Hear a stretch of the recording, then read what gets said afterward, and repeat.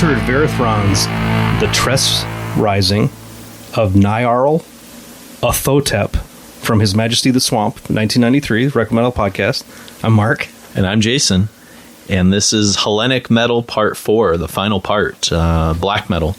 And so it's kind of funny. I was joking with Mark that I feel like it's like this weird subconscious thing that I do to you now where I set you up to have the most difficult song title to start the show off from now on. It's like a new game of pronunciation game, you know. It's pretty funny. Yeah, so here we are. We've done 3 parts. I'm guessing that most of you have been along for the ride for all of those. Just kind of before I forget, we looked up what Nyarlathotep is. It's a character from H.P. Lovecraft that was sort of known as the Crawling Chaos, I guess. And so it showed up in role-playing games and literature and all that sort of stuff. So something about the rising of the Crawling Chaos Act 1, whatever the hell that means. And so, yeah, so here we are. This is our first time getting back together face-to-face.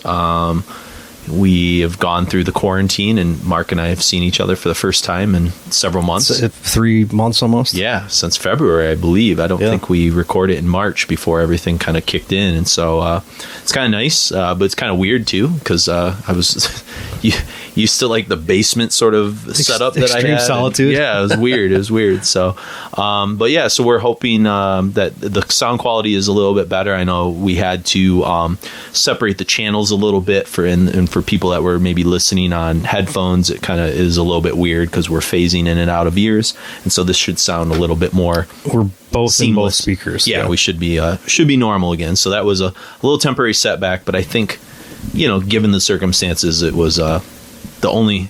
We still sounded better than the news. Yeah. We were. Yes, there you go. So seeing Judy Woodruff in her basement, with a green screen behind her. It's been really interesting to see how entertainers kind of deal with some have done a better job than others. It just kind of depends. Like, I don't know if you saw any of the Saturday Night Live from home things. I did not know. The first one was pretty, they're both pretty terrible, but I guess they're still trying to put out content, but it just shows that how much people have stepped up the game of podcasting and like YouTube personalities. Yeah. There's no reason for these people to have to sound that shitty and crappy. We're the heroes of this era, right?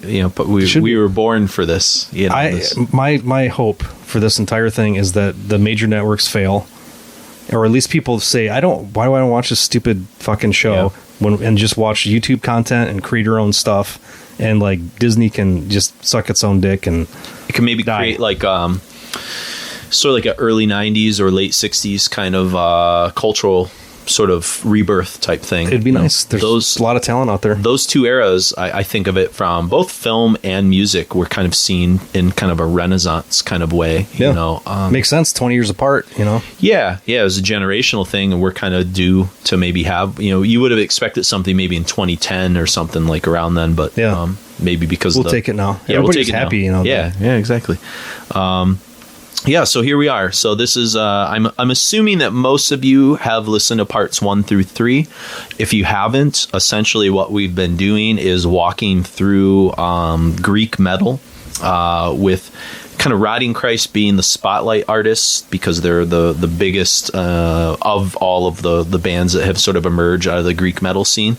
And so parts 1 and 3 were on Rotting Christ, and then we kind of did a detour into kind of death, doom, gothic metal in part 2, and now we're kind of wrapping the whole Hellenic metal thing up with looking at non-Rotting Christ black metal bands. And so there's not really a whole lot of like grind scene that was publicly it's weird visible. Because Rotting Christ started as a grind band, so there was like an underground grind thing in like the late 80s, but it sort of never materialized into recordings, and then most of those bands just sort of grabbed other genres, you know. Because I'm going to plead ignorance because I didn't do a ton of research for the history of Greek metal in general, but was there like a hard rock scene or like a rock and roll scene in Greece, or did it just kind of they pull from other countries? I think they were just pulling from other things. Yeah. So this might be the first generation of like homegrown acts. Yeah, I think the Hellenic metal thing is, I think it's very similar to what you see going on in the late 80s, early 90s with like the Eastern Europe stuff or in Poland and Hungary and stuff. Yeah, it's just sort of a weird, like they didn't have a lot of openness maybe culturally.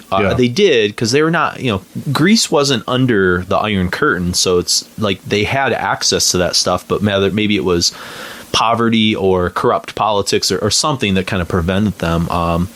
I see them more in like the way that like Brazil was sort of starting to kind of absorb stuff and kind of produce,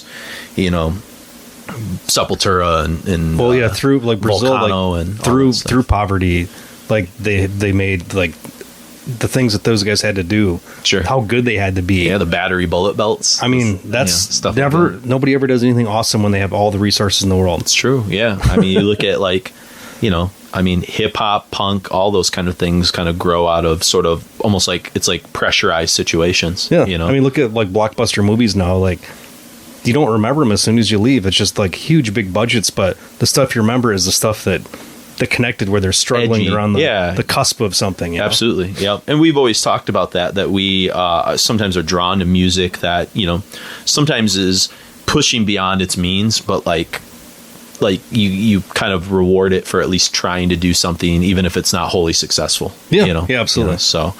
But before we jump into all this, I just want to kind of get every paperwork sort of caught up a little bit. I wanted to sort of acknowledge, because I often forget and then like squeeze it in at the very, very end of the episodes, which kind of sucks because we're usually exhausted by that point. New patrons that we've sort of had, we've actually been doing quite well. So maybe people are getting their checks from the government and realizing that they want to support the arts, which, hey, cool. I'm maybe stop paying for Hulu and throw it our way. Something. Yeah. There's no TV shows coming out. Yeah. So a couple people that, I knew before the podcast. So that's kind of nice.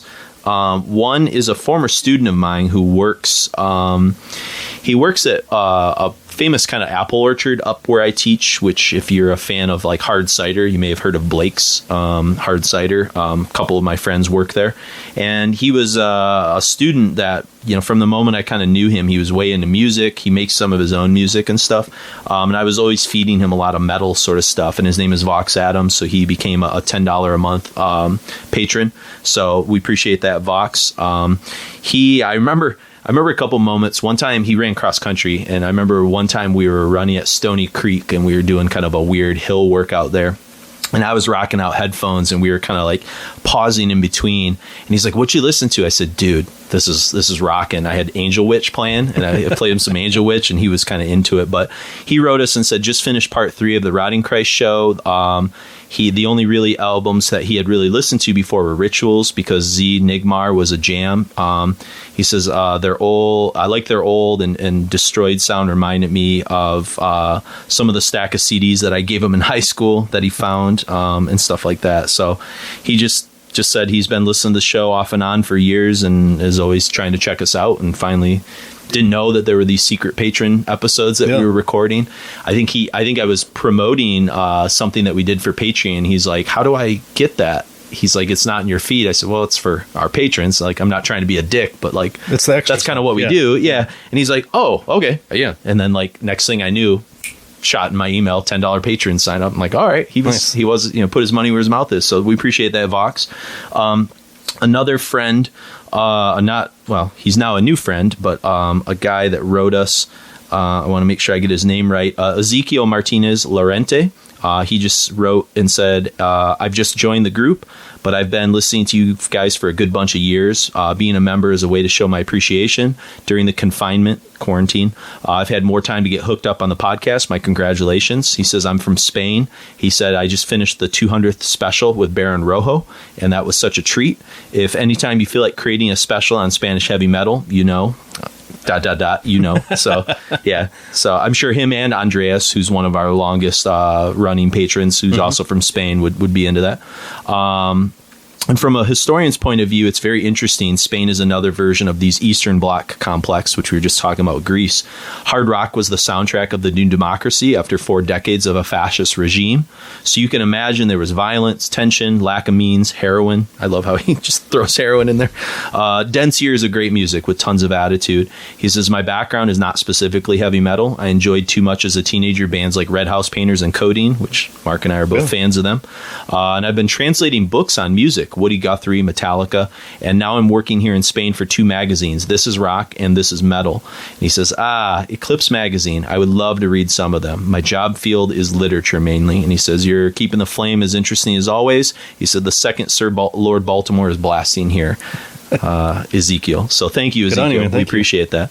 And funny enough, Mark and I were just kind of talking. We may have stumbled on something that could get Requiem and Eclipse magazines possibly out there soon. Some new technology. Yeah, Mark found something that may be able to be maybe easier than scanning stuff in, which was going to be very labor intensive and stuff like that.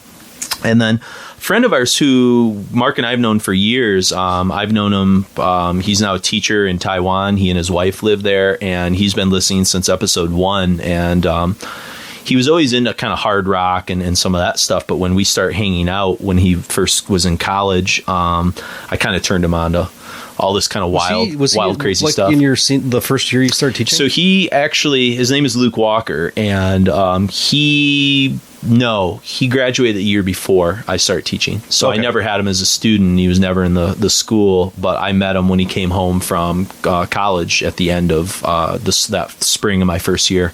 Okay. And then he got involved with cross country and helping us with cross country camp. And then he and I just kind of bonded over movies and music and all kinds of crazy stuff. And thoughtful guy. Yeah. Yeah. I visited him last summer and spent a week with him and his wife in Taiwan. And I'm always just trying to feed him kind of new hip music, because it's a little tougher for him to kind of stay with the pulse of pop culture in Taiwan. You know? Yeah. I know. I don't think Decibel does subscriptions there anymore, so he had to cancel his Decibel subscription. You can always go digital, though. Yeah, he could. But so I'm trying always to kind of feed him. I know he does. He listens to us, and he listens to a lot of the banger album reviews and stuff. So he tries to watch a lot of those. But he did a more than generous donation via PayPal. And so let's just say he'll be a patron for a couple years. Yeah. He really earned it there. So if any of you are interested in not doing the patron thing because it makes you nervous to pull $10 out of your bank account a month or PayPal or whatever, you can hook us up on a one-time donation on PayPal, and I'm happy to then send the links to you of our patron shows, even if you're not like on the patron page where you naturally get access to our new shows. Or if you don't care, if you just want, we've had people that just want to, I enjoy this. I've been listening to it for 3 or 4 years. Here's a lump sum, and I appreciate it. I just feel bad because I feel like, man, if you're donating, you should at least get access to some of the special episodes we've done, Yeah. But requiemjason@gmail.com is the way. That's my PayPal address. Or if you're kind of forget that and you just want to get in touch with us, shoot us an email, requiempodcast@gmail.com, or we could always, like, if people Twitter, use Venmo, Facebook, or any of that whatever stuff. is easy, we can all do that. I got Venmo. Mark's got Venmo.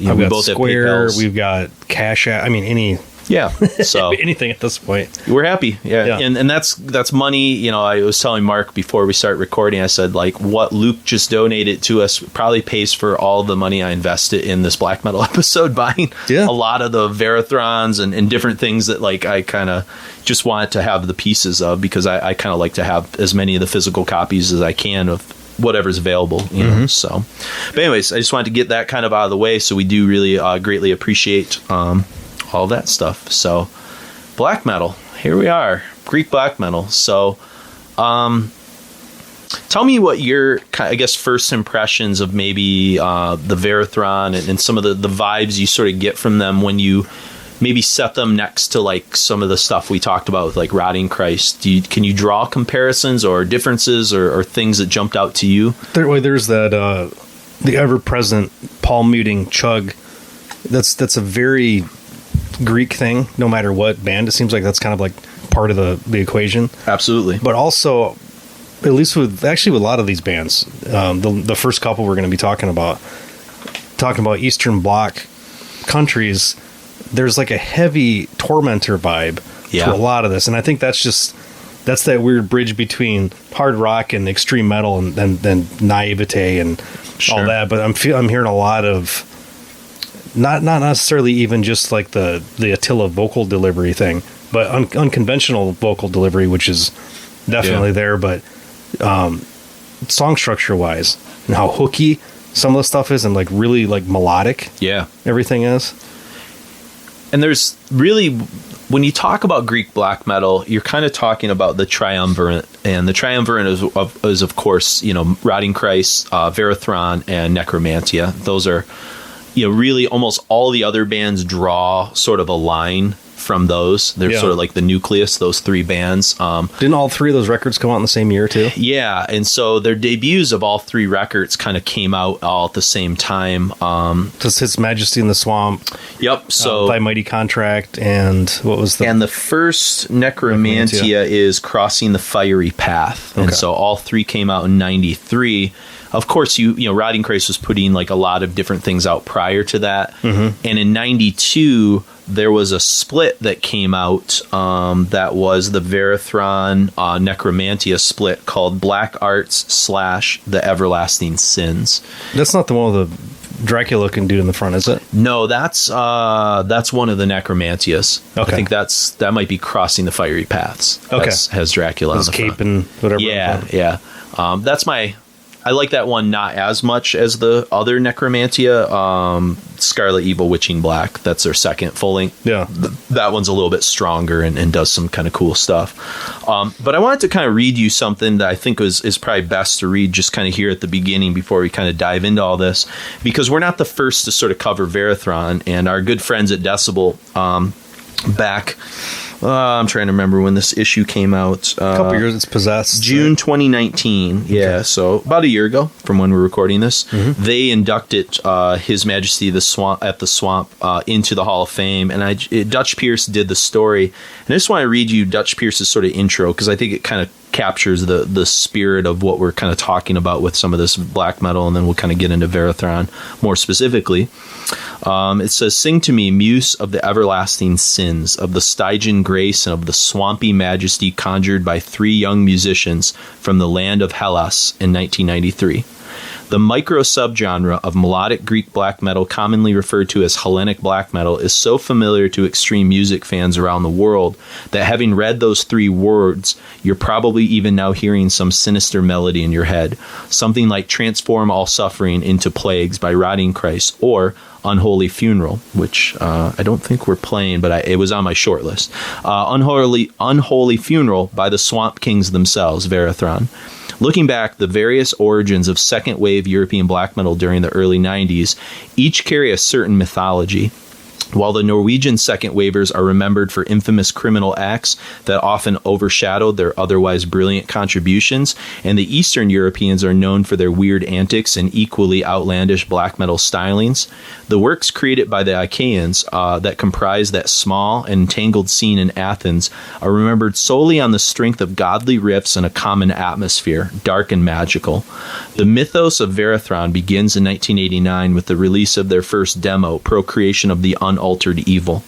Their influences glare out at you from the title alone, but Varathron, alongside Rotting Christ and Necromantia, were already well on their way to carving out their own unique black metal sound. The following year spawned their second demo, Genesis of Apocryphal Desire. As you'll read, this demo represents a blueprint not only for His Majesty at the Swamp, but for Varathron as a whole. The eerie Slayer-esque melodies of La Reine Noire, the predatorial thrash assault that is the title track, the evil call to headbang of Seven Endless Horizons, and of course the twisted and darkened heavy metal guitar work of the Tressrising of Nyarlathotep. I just blew whatever. You know, the song we tried to explain earlier. All of those elements remain strong throughout Varathron's discography. Yet His Majesty at the Swamp, for reasons you'll read below, is a beast entirely its own. It clearly belongs to its time and place, but is more mysterious and magical than anything else in their catalog so far, and likely never to be topped. For one thing, this record seemed to bring in every working Greek black metal musician at the time and their brothers, which made it difficult even to begin to assemble a lineup for interviewing. At the same time, certain questions persist and fail to yield straight answers from anyone. Besides providing different answers, the three musicians interviewed also have varying names. For the following feature, Stefan Necroabyssus Karasavos, Demetrius Necroslaughter Vorskath Dorian, and Jim Mutilator Pat Sorios will be referred to as Necroabyssus, Vorskath, and Mutilator, respectively. We must also acknowledge and extend our sincerest gratitude to Achilles C., the current guitarist of Varathron, for all his help in bringing the interview together. So, anyways.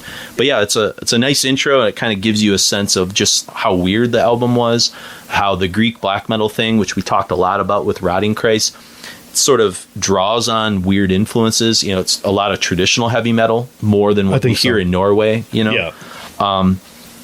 You know, basically what I wrote some notes in terms of the overall Hellenic black metal, as I said, obviously it's separate from Norway sonically and philosophically. They embrace not just traditional heavy metal, but I hear Greek folk music, kind of epic stories. Mm-hmm. It's a lot of history and mythology. Eastern scales. Yeah, it's not as like frosty of riffs. It's those warmer Mediterranean riffs that we talked about with Rotting Christ. You know, the commonality between all those bands is they all were drawing on like Sarcophago, Bathory, Hellhammer, drum machines make an appearance in all of them. Yeah. And then the other thing is when you talk about like early Varathron, their biggest influences were Frost, Possessed, Necrovore, Amebix, and early The Gathering. Like the Doom, like Death Doom album. Yeah. So, and it was mentioned in more than a few like different interviews that I sort of looked for. So weird. It's weird. And that's maybe where some of the weird atmospheric keyboardy kind of stuff, you know, I mean, I don't think we're talking Almost a Dance. I think it's just Always, you know, but like some of that kind of, that sort of Dutch doom death kind of thing. I'm sure Paradise Lost, I'm sure there were fans of early Paradise Lost stuff too. But yeah, so that's kind of, you know, in terms of like, where's the origin point of a lot of these bands? You know, they're pulling from a lot of threads. And I think we brought it up too when we went through the kind of history of Greek metal in the 80s, that bands like Manowar meant a lot to them, and some of those kind of traditional metal bands that were popular in other countries, but I don't think they meant as much in like Norway as they did, say, in Greece. I think the scenes are totally different as far as like where everybody's coming from. The Greek scenes aren't as image focused as Norway was, for sure. And as far as like all those dudes that started, you know, the second tier black metal or third tier, whatever you want to say it, they had an acute knowledge of what came before them as far as the history of what black metal was in their mind. Absolutely. And I don't think the Greek scene seems as myopic in their influence, but they're always extremely respected by the Norwegians. Yeah. Rotting Christ and Varathron and Necromantia are always, you know, they're always talked about with, you know, with like a great deal of positivity, right? And reverence. Yeah, absolutely. Yeah.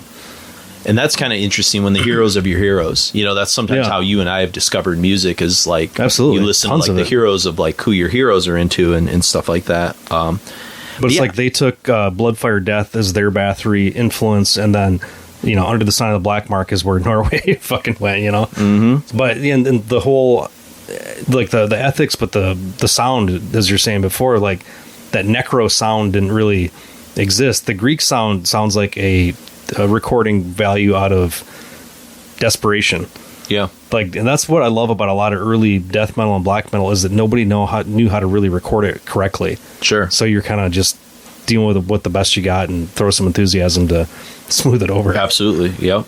Yeah. And Varathron is sort of the centerpiece band of this episode, the way that I think Septic Flesh was probably the centerpiece of our death metal episode. We're obviously going to talk about more bands than just Varathron, but they're kind of, they probably deserve their own episode, and honestly, this will probably end up being a kind of crazy-sized episode like our last few have been, and that's fine because some of the attention will sort of draw on them. But when you talk about this full-length debut, I guess the things I wrote, and this was a long time ago I wrote these notes, that, His Majesty at the Swamp really combines like some of what you heard with Thy Mighty Contract, but there's also a ton of like early Samael.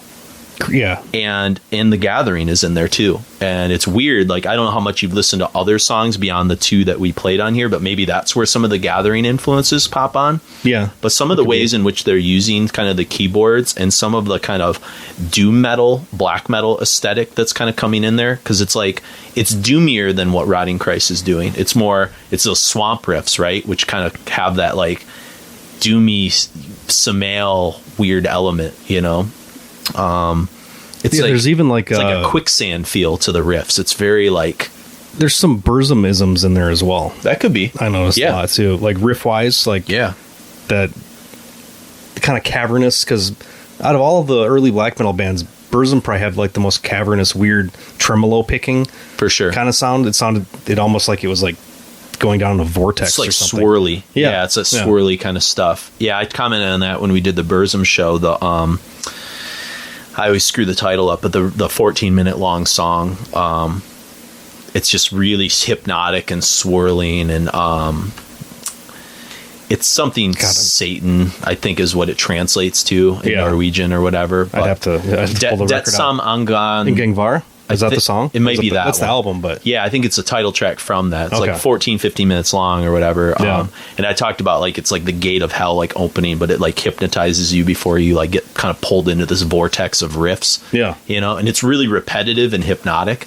And that's that's one of their kind of the strengths. Up until Philosophem was just kind of I don't think anybody did it better. Like that style, like the lo-fi, the monotony, the hypnotic. Like Dark Throne came a close second, but I think Burzum was always they were kind of unmatched. Yep. Unfortunately, the guy's a fucking fucking tool. I know it's so tough. Yeah, I know.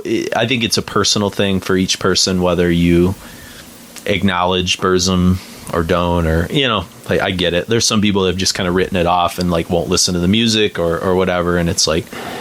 I get it. Like, I respect it. It's probably not... I'll still listen to the music because I can separate the two. Yeah. I've always been able to. Like, Roman Polanski has done some shit that I don't agree with, but I still love his movies. I love Repulsion and The Tenant. And I'm Woody Rosemary's Allen. Baby. It's tough. I get it. And I get why some people have to be that way, and maybe their own personal experiences have led them to, like, having... I think that needs... No ability to like, sympathy, that needs to be a personal... choice, but also people need to let that be a personal choice for other people, not condemn them to The cancel culture is tough. It's tricky. I was just reading the Bloodfire Death book, and they do the chapter kind of on some of the weird fascism aspects and stuff like that, and some of that was like, it was interesting to kind of read about. I'm always kind of fascinated by like kind of the controversies, and I just sometimes I wonder how much is trolling, and then I wonder why some things like people will cancel and then other things people won't. You know what I mean? Like, it's like you can be evil and satanic and burn churches down, but like just don't be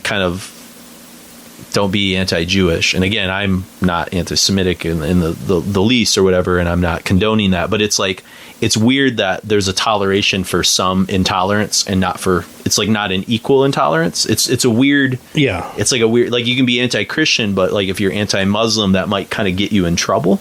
Yeah. And I'm not trying to stir the pot here, but it's always, I'm always like contemplating it, and I'm not saying I've come down on my own decisions one way or the other, but I'm just thinking about like why that contradiction exists is really interesting to me. Yeah. You know.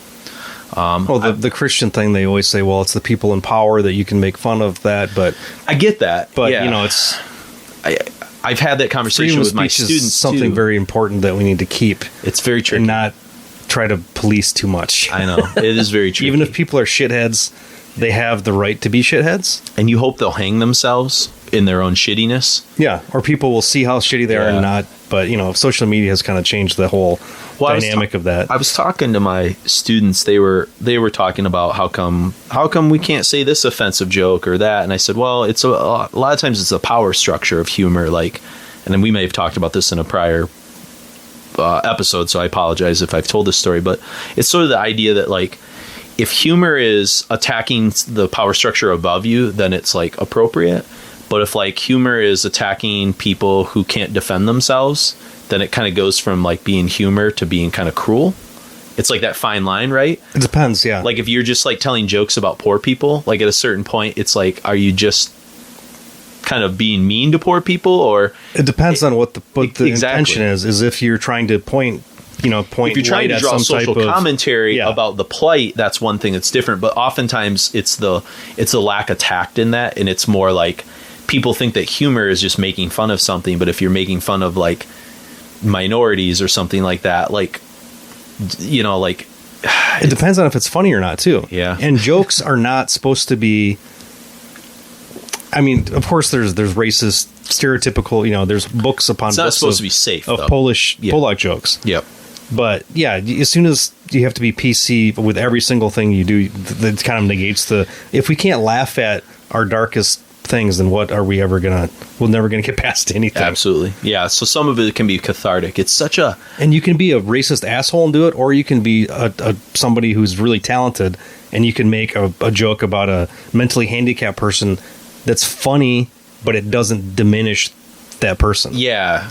It's such a fine line. It's right? It's really fine. Yep. And only certain comics I feel like have been able to pull it off effectively, and some, like, you can tell, like, when they don't have they can't stick the landing, right? You know? Yeah. So. I mean, you know, Chappelle can pull that stuff off. Like David Cross can usually pull off pretty Patton Oswalt awful can do stuff. Things. Yep. Yep. Some of those guys. It was funny. The Bloodfire Death got me thinking that one of the chapters in that book, if you haven't read it, it's like the history of kind of Swedish metal, but through the eye of like 6 bands or something. Yeah. The chapter I had the hardest time with of maybe almost any chapter I've ever read in any book was the Shining chapter. Yeah. Because I have a blood phobia. So, like, it was just a chapter about people, like, cutting themselves, and like I can watch horror movies and, like, stabbing scenes to some extent, but, like, if you kind of push it, compartmentalize that part. But yeah, that was real. Like, everything they were doing was, like, self-mutilation, like, real. And like I remember in the Until the Light Takes Us, when Frost is cutting himself, and that's the kind of stuff that just I squirm. Like, it's too visceral, it's too real to me a little bit, because it is real, you know. And like, it freaks me out. So it's laughable to me. Now, I don't have a blood phobia, but when people are trying to be that, like, hard and extreme, it's kind of like it kind of equals itself out. Sure. I think the thing I found fascinating about it that I've never understood, because teaching high school kids, you know, that especially a lot of girls, I think, often are cutters. Is the talk about, like, how people who are really depressed are so, like, disconnected from their own humanity, but when they cut themselves, the pain, like, shocks them back into life. Yeah, exactly. And I was like, ooh, that like hit me and made sense. And I don't struggle with depression at this point in my life. I never really have. So I was like, it never really made sense to me. And that was the only part, like, I was okay with. The rest, I was just like, I mean, the I just want to get through this. I've cut myself today to see if I can still for sure. Yeah, for sure. Yeah. And I mean, I knew a lot of girls into Nine Inch Nails who were probably, like, cutting and stuff too. They just weren't announcing it or whatever. Yeah. But it just, I've always listened to really dark music and watched dark shit, but, like, I'm as, like, milquetoast as they come at the end of the day. And that's what's so funny about it, is people are like, wait, you're into, like, crazy shit? And, like, yeah, it's the art of it. You know, like, I'm kind of into the artist kind of part of it. I've never dressed like a metalhead. I've never, like, needed to, like, be that, you know? I was drawn to it because it was interesting to me. Like, I grew up in a very like nurturing middle class, family. I didn't have those types of struggles. Any kind of like like adversity in that aspect. Sure, Yeah. like I got picked on and shy and that type shit. of stuff. Yeah, typical high school shit. But as far as like extreme shit, I was drawn to it because it was like, wow, I've never seen anything like that. Yeah. And my parents were, if I could explain why I was interested in it, they'd let me watch whatever I want or listen to whatever I want. My mom was more or less the same way. Yeah. So it's just funny. Like when I was talking about that Blood, Fire, Death book, it reminded me of that Shining chapter. I hadn't had a chance to chat with you about it. I was like, man, that chapter was just hard to get through. Yeah. So, that guy's something. I don't know if, I just can't believe how popular they are. I guess I never realized that they were that big, I don't know how much of that was like youthful, like indiscretion, how much of it was really mental illness. Yeah. Because when they interview the guy, I can't read him. Yeah. He's weird. I guess like, the scene in, oh boy, we did a Patreon show on it. The Lords of Chaos movie where Dead cuts himself on stage and is like almost passing out when they're at the diner. Yeah. Like that's the only scene that like I got kind of like a little bit nauseous with because it's so real and I know he really did it. Yeah. And like it freaks me out, like the idea of like cutting myself and bleeding myself to like the point where I'm like near death. Like, yeah, zero interest. Like it's just not, I don't know. It's not for me, I guess. And so that like scene really, really got me because I knew that he was really doing shit like that. And I was like, man, I felt bad for him simultaneously, and also I thought of myself as an audience member. Like, what would I think if somebody like started just like bleeding themselves on stage and was like turning white? I'd be like, I wouldn't find it entertaining. Wasn't it the last scene right before he cut his throat where he really went into it? That scene got me a little bit, but I was prepared for that scene because I knew it was coming. Yeah. Whereas like that, like I was like, and it was like a broken piece of glass on stage. I was like, oh, rusty metal or some shit. That was a weird thing where it's a taste kind of thing too, where like many of us that watched the movie knew of the events. Mm-hmm. And we're like, geez, this is fucking brutal, man. Yeah. But it's like, we've never really seen it. And it's so like it's like the mythologized of it. And so, but like the visceralness and the realness of like, this is a real human. And like, he really was going through like depression and some real like disconnected sort of feelings. And I more felt sorry for like the whole experience. Like I wasn't like titillated. I feel bad. For people that I was just kind of like wincing at. That's what I mean. Brutal. It really got me. And I'm just curious if after reading that chapter on The Shining, if there's people that are more exhilarated by that and think it's cool. And that's just like, it's funny that it's so far from me, that he would do that, but also he played saxophone. Who's that? The Shining dude? Yeah. That's the only Shining I think album I've heard is the one with saxophone. Black jazz. And stuff. Yeah. So, which is kind of a bad name if you think about it. Yeah, I know. Weren't there two Shinings for a while? Two different bands that had the same. Doesn't one have two ends or something? That might be what it is. Yeah. Okay. So the Shinning. Like the Simpsons Shining. But yeah, anyways. So I digress. Back to Varathron and the Greek Majesty stuff. But so the three main guys that Dutch mentioned in his little intro to the Hall of Fame piece, Necromantia is the vocalist. Mutilator is doing most of the songwriting and lyrics, and he actually plays the bass on that opening cut, but I believe that's the only like musical instrument he does on the debut. So he was more like what Demonaz was doing with Immortal for a while, where he was like helping write the music but never playing it or whatever. Yeah. And then Necroslaughter is the guitar and bassist. But we will call him Jim Mutilator just because it sounds better. It sounds awesome. Yeah. I was just telling Mark about What We Do in the Shadows episode with Mark Hamill, where Mark Hamill plays Jim the Vampire. So it could be Jim the Mutilator. So that's kind of where their early kind of influences sort of come from. And I don't know, like this album as a whole is fantastic. I've listened to it a lot lately. The fact that they have the term swamp in the title, and like the riffs themselves have this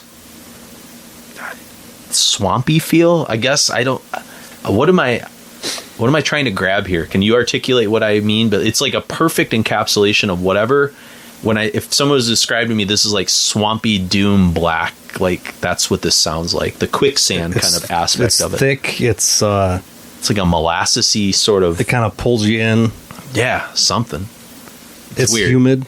Yeah, it's humid. Yeah, and we're humid. We've been doing some housework here today. I'm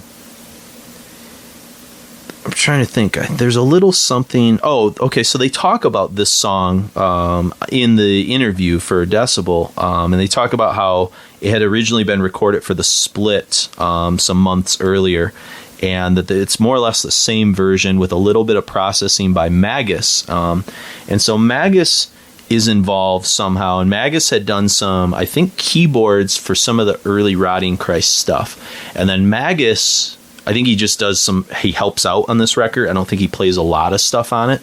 And then he's going to go on and, of course, be the major piece of Necromantia. Mm-hmm. And then he'll also be part of several other bands. A lot of these guys are going to be part of like a ton of other bands. Like Necroslaughter is in both Zameliel and Agatus, which we'll be listening to later in the show. So like they've got their hands in all these kind of different cookie jars and stuff like that. But yeah, they basically say that track was sort of taken from the demo. Let's see. It was Necroabyssus's favorite track, and he thought it must be included, but they kind of re-recorded it. They talk about the influence of the song. I thought I saw somewhere that they were kind of going for sort of more of an epic kind of metal tune than what the rest of like Rotting Christ was doing. So they're already, even from the debut, trying to sort of separate themselves a little bit from Rotting Christ. And I guess like for you, when you hear that song and you hear like the incredible like guitar solo in it, I mean, it's like, it reminds me of like a killer like Celtic Frost meets like Bathory, Bloodfire Death kind of solo, where it just sort of is so like triumphant epic. Yeah, it's like so naturally musical beyond what you would expect from like the primitive nature of a lot of the, you know, like the rest of the songwriting. Yeah, and you hear early Rotting Christ, you hear a lot of these early bands, and you just don't expect that kind of level of musicianship to sort of all of a sudden show up there, you know. Yeah, so that's kind of the takeaways I sort of get from that. I don't know what you said about the tune or about any of the stuff. We're going to listen to Flowers of My Youth to sort of open up kind of the next set in a moment. And that's more tremola, speedy, more kind of like out of the Rotting Christ kind of formula a little bit. But yeah, because most of the stuff I've already kind of mentioned. But yeah, like where we've mentioned, but like the Samaelisms. Yep. Eastern Scales, Bathory, the Tiamat whispery vocal thing. Good call on that one. Yeah, I didn't write that down. Like epic in the way that Primordial's epic. Mm-hmm. Yeah, you know? I draw more. I think that's a good comparison of a lot of Varathron. Is they're black metal in the sort of guise that like Primordial is, and Primordial to me has just as much like kind of like almost early Catatonia, early Paradise Lost kind of death doom mixed in with some kind of black metalisms, right? But like, some super like cultural folk influences that don't seem pasted on. It seems like completely deep through the DNA and of very the music. like triumphant in that folk kind of feel. Yeah, and like just how Alan delivers the vocals.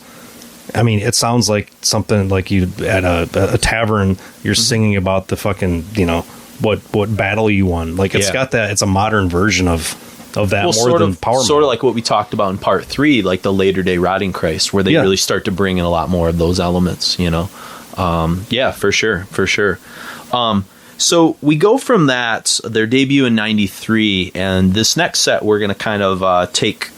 We're gonna leap ahead a little bit because Varathron, like a lot of these Greek bands outside of Rotting Christ, and we talked about this a lot in the Death Doom episode, they take long breaks. It's just sort of like this thing that they, you know, Necromantia does it. A lot of these bands kind of like are on again, off again, and I don't know if it's because you know, it's hard to make a living in Greece off of this type of music outside of like Rotting Christ, and even Septic Flesh took some long kind of gaps. I'm pretty sure Rotting Christ, they were barely making a living for a very long time. Yeah. And speaking of Rotting Christ, Sakis had something to do with this record. He was kind of, he didn't record anything, but he was kind of like a presence and things like that in helping them in the studio a little bit.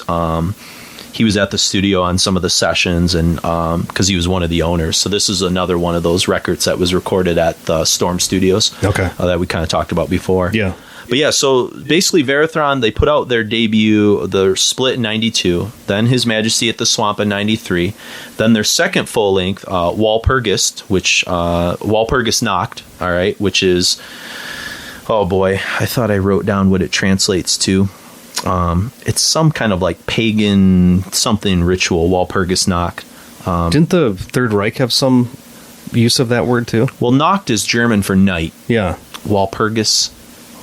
It might show up. Yeah, we'll have to look it up. Maybe Mark can Google it real quick while I'm sort of looking. And then, so then they put that out in 95. Then they go on hiatus. Then they release the Lament of Gods EP, which we're not really going to play anything off of, in 99. All right. And I've heard some bits and pieces of that. It's not great. They're kind of like lost their path a little bit. And on Walpurgisnacht, they added a guy named Piraporos on guitars and a guy named Ad Rastos on keys and piano. And then they kind of reemerged 5 years later after another 5-year hiatus in 2004 with an album called Crow's Reign, which is not a great record. I have it. It's pretty messy. It's fairly uneven.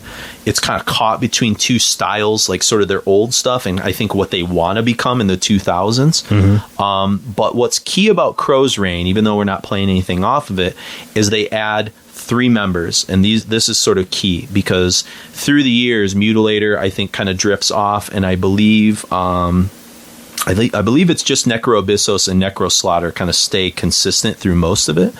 But they add a guy on guitars called Achilleos C, and he's going to be there from Crow's Reign until present day.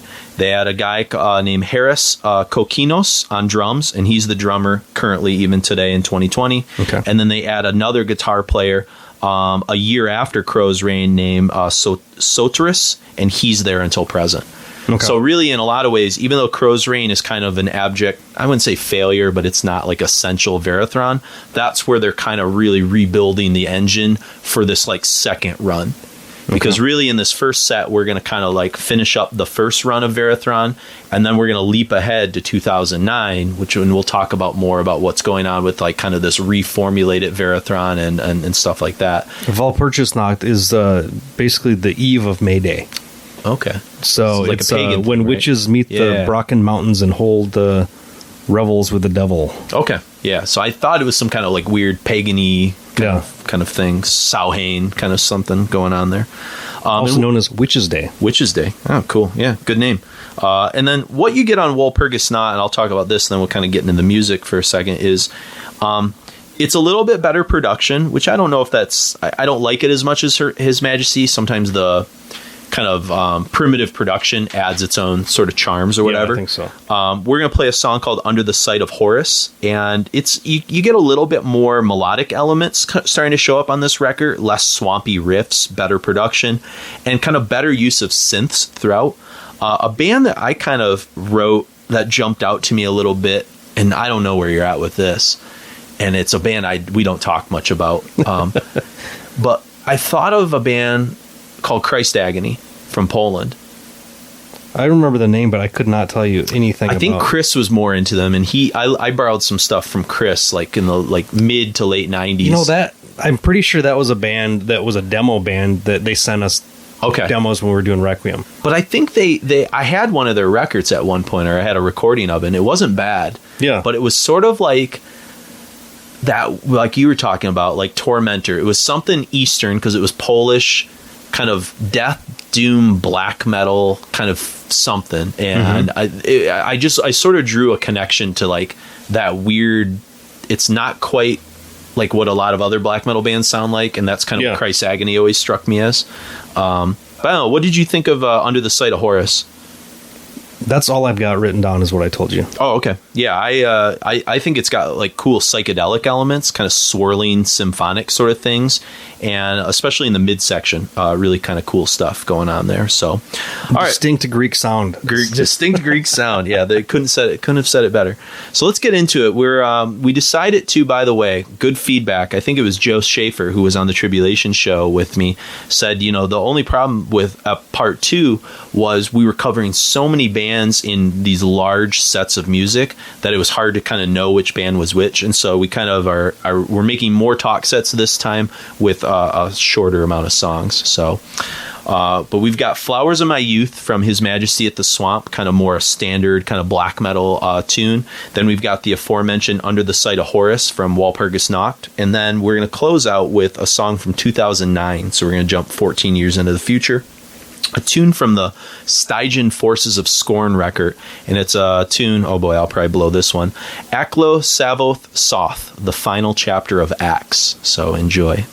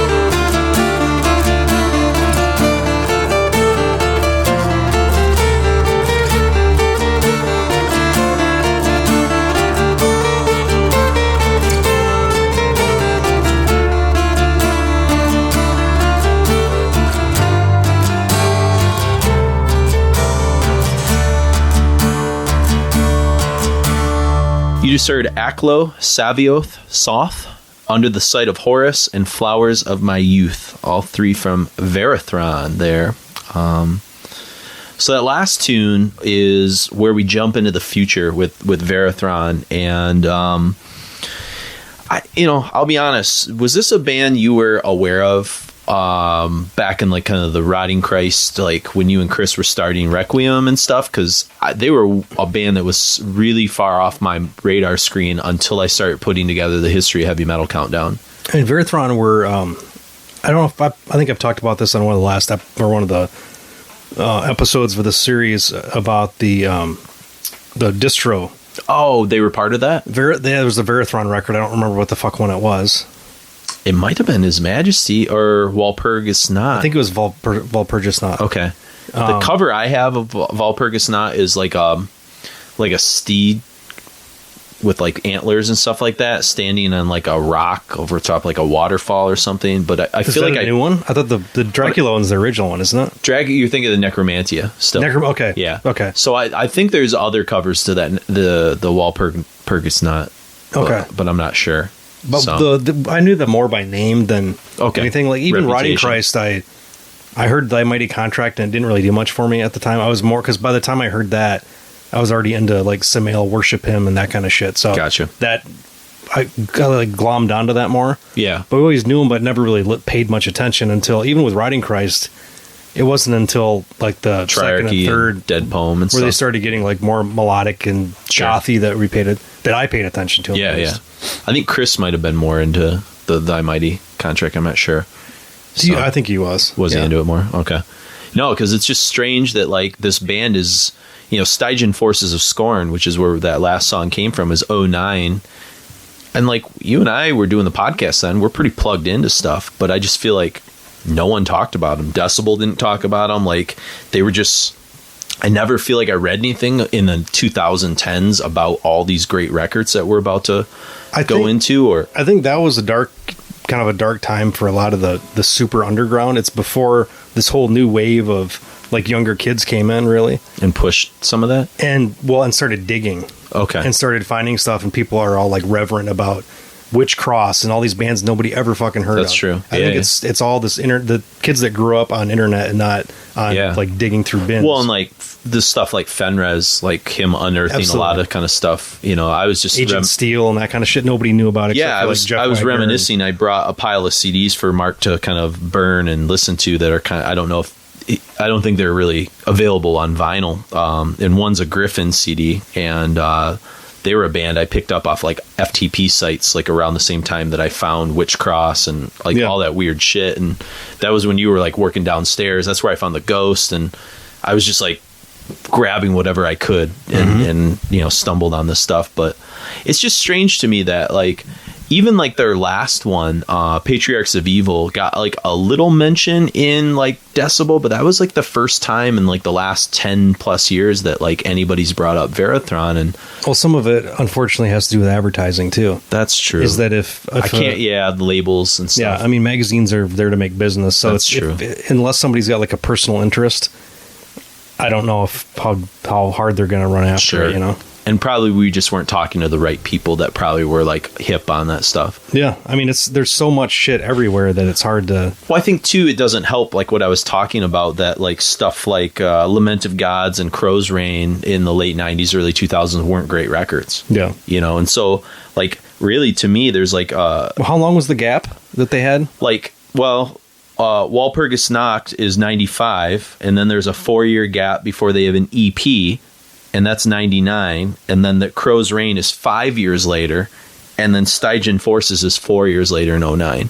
So like that's a lot of gap. You've got to give people like, if you don't have a constant reminder, especially everything ramping up to that era. Yeah. If you're not constantly out there. That's like the era of like, Watain and stuff. What's more exciting, watching Watain live like in their early years, or this Varathron EP that nobody cares about? Tracking down stuff. Yeah, that's true. It's true. So, but yeah, Stygian Forces of Scorn, like I said, 5 years later, this is sort of where the band really locks in. There's a lot of tempo shifts. You could hear it in that song that was a little bit more epic, longer, kind of like the song we opened up with Tree Rising.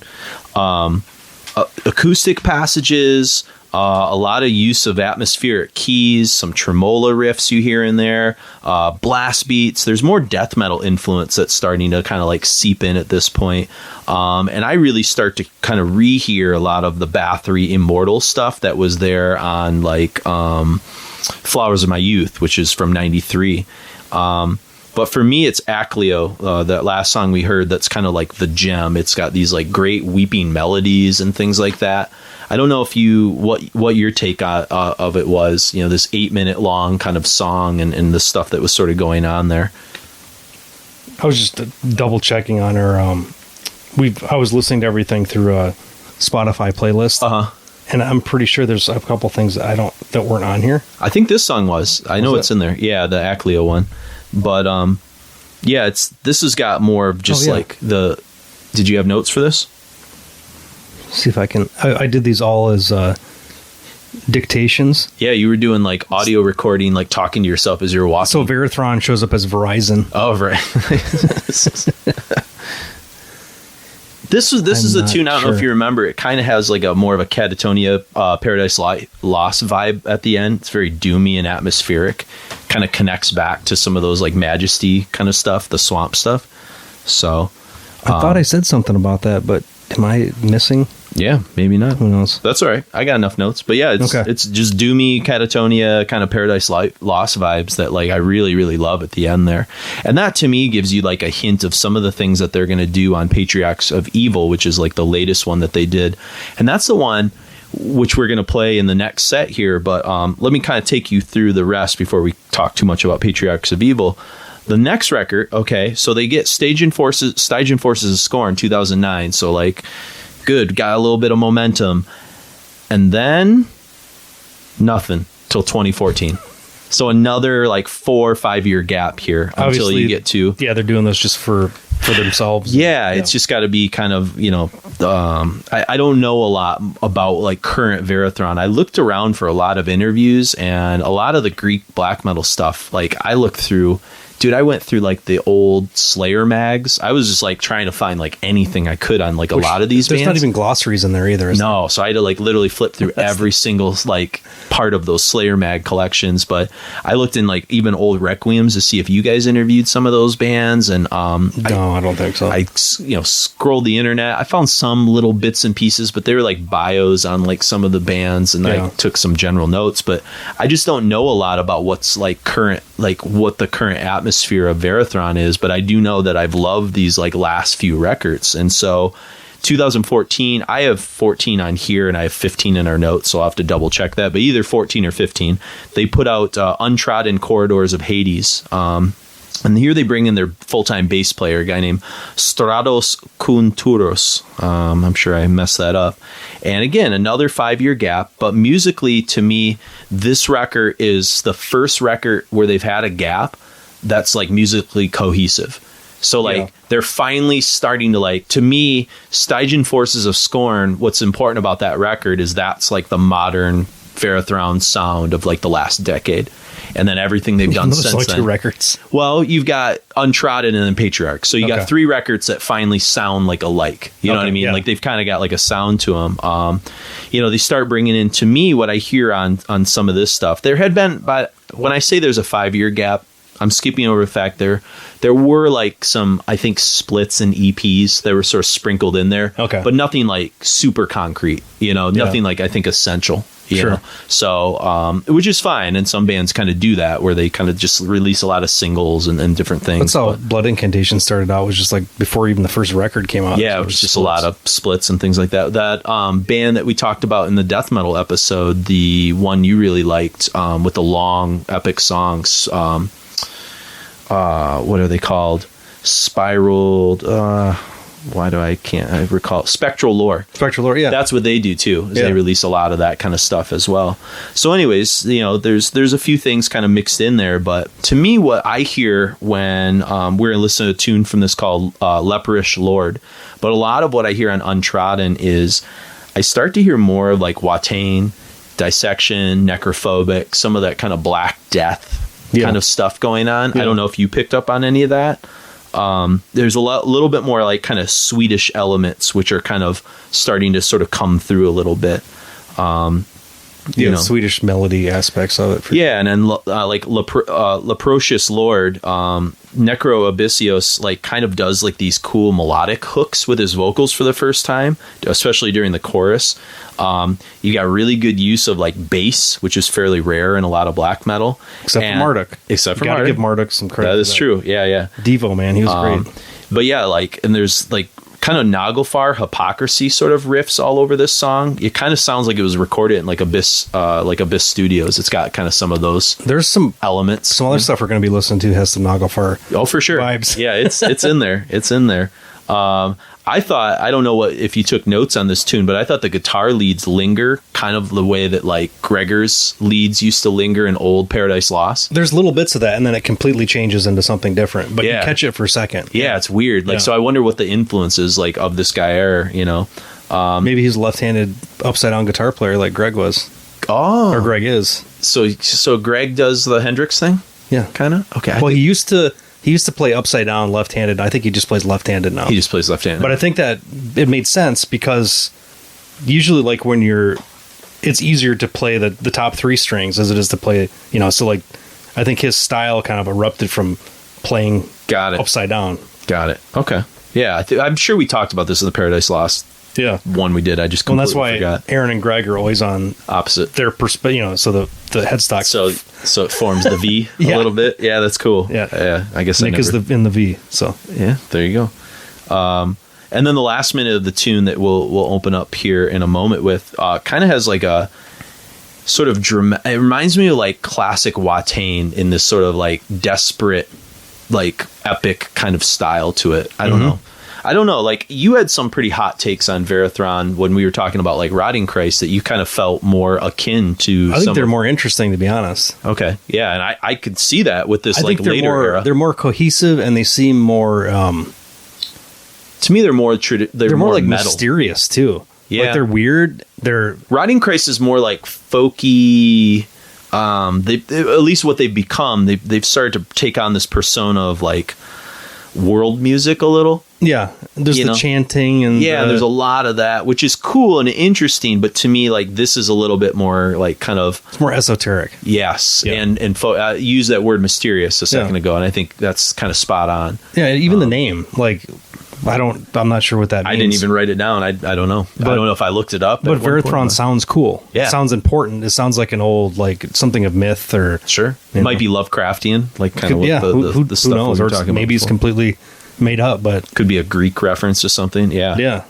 No, but so I knew that you were really struck by them, and I was too. I remember kind of like texting you a few times and be like, Jesus, man, like I can't believe how good, consistent all of these Varathron records are from start to finish. I know we're only playing like a song from these last kind of three that they did, but I was really tuned into this. I don't know if you remember, it might have been the very first or second patron show we ever did, where we just each picked out like three records that we were just into.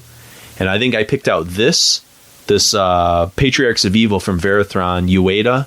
Yep. And that's when I first started listening to him. And Farsot. Yeah. And so, and I can't remember what you picked out. But yeah, that's when like I was just really into this Varathron. I don't know where I stumbled across it. I know Decibel did do a little write-up about Patriarchs of Evil, which is the 2018 record. You didn't come across it because you started this Greek stuff, research like months and months ago. Yeah, but Patriarchs of Evil was 2018, so that was still like a couple years ago. Okay. You know what I mean? So that might have like put me over the top a little bit. That and the Rotting Christ book coming out. I think those two things kind of like started to give me some insight. But, you know, I don't know. Like, did you write anything about Leprocious Lord?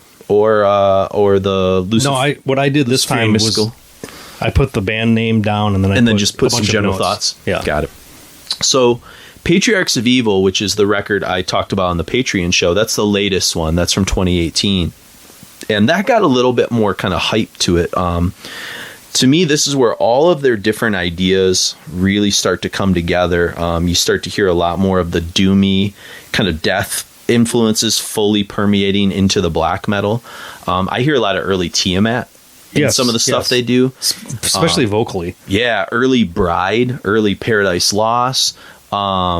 they're drawing on like kind of Bathory sort of Viking era stuff, even like early Manowar and Manila Road. There's some like epic kind of elements of that going on. There's even one song that we're not playing where it reminded me like October Tide. Like they're really kind of like leaning into the whole Doom thing a little bit more. But yet they're still sort of considered like kind of out of that black metal camp, you know? It's kind of like Riding Christ. Riding Christ started as like black metal, but like kind of just evolved into Riding Christ. Like they're not Behemoth or something. Yeah, there's like no genre there, you know? I mean, I hear like Gothenburg riffs in a song we're not playing called Tenebrious. It's got a lot of Dark Tranquility, like In Flames type riffs on that tune. There's another song called Into the Absurd that does like kind of immortal type riffing and things like that. It's just a strange, really kind of dynamic kind of album and tune. Like what you're saying might sound, if you don't hear the record, might sound like these disparate things that don't work. But it all works together really well. They found a way to take everything, like their identity is so strong now that they can take all that shit, put it into their work, and it completely fits. It makes sense. And I think I mentioned on the Patreon show that it reminded me of like a record that would have been on Century Media in like 1992. Yeah. Or 93. Yeah. Like right but in it has that, better like, production. Kind of just that, but that weird sort of like right before Wild Honey kind of blew the gates out of a lot of that type of stuff. But it's not like Wild Honey because it's not like psychedelic or anything like that. It's just, it's got that feel of like, Morgoth and all those bands that were sort of like from Europe, like Samael, that they were all kind of assembled on Century Media in that early 90s era. And it just sort of draws from each little element of it. The amazing thing about especially that lineup is that, or like the In the Eyes of Death comp. Yeah. Nothing sounded the same. Yeah. Everybody sounded really different. Like Grave sounds nothing like, well, to the ear of somebody who likes extreme metal. Sure. Grave, Unleashed, Tiamat sound completely different from one another. Yeah. Morgoth, completely different from everybody else. Yeah. I mean, Germany, Sweden, the Dutch, right? Yeah. It's like kind of hopping all over the continent there. Yeah. But I think Varathron still holds a little bit of that kind of like beginnings vibe of like the whole scene, the whole it's like they're holding on to some like magic that didn't get exploited throughout having too many records put out. And I think you're onto something there. There's like something kind of magical to me about these last couple of Varathrons. And if there's any record out of this whole episode that I would recommend, I'd say get a hold of Patriarchs of Evil, Untrodden Corridors of Hate, and Stygian Forces. I mean, I love His Majesty of the Swamp, and it's probably like it's the historical document. It's incredible, and I do listen to it quite a bit. But in terms of like records that you can just put on and be happy, because like you're just, to me, it's like a nostalgia machine. Some of those Varathron, and it's kind of like, even if you're not, I mean, you can't really understand most of what they're saying anyways, but it takes you on like an emotional journey more than a lot of stuff does nowadays. Sure, yeah. Yeah, and the tune we're going to sort of, end Varathron with is called Luciferian Mystical Awakening, and I kind of wrote for this tune. It's very melodic, kind of Scandinavian, kind of black metal drenched, some Naglfar Harvest, which is one of my favorite like late kind of, it's probably my favorite late Naglfar records. I really got into that back in 06. 07, probably right around then is when it came out. The Way of the Rope and just great so cover. Much catchy everything was great stuff going on that. Yeah. And so I get that vibe from like this tune a little bit. There's some kind of Celtic Frost Bathory isms all over, but I think you're going to find that in all sort of Greek black metal. Yeah. And then I wrote, it's very tiny notes. There's a really cool, in the midsection, it reminds me of like early Anathema.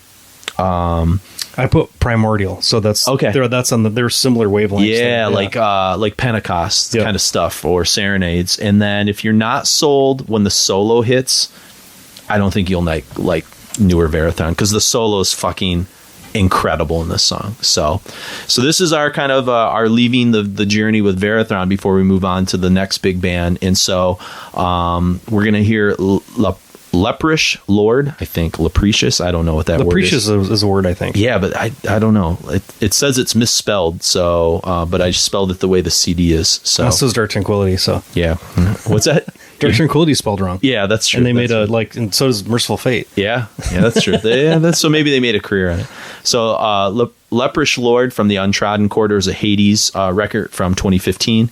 Then we've got Luciferian Mystical Awakening from Patriarchs of Evil in 2018. And then we're going to end with our first Necromantia tune, a tune called Unchaining the Wolf at War.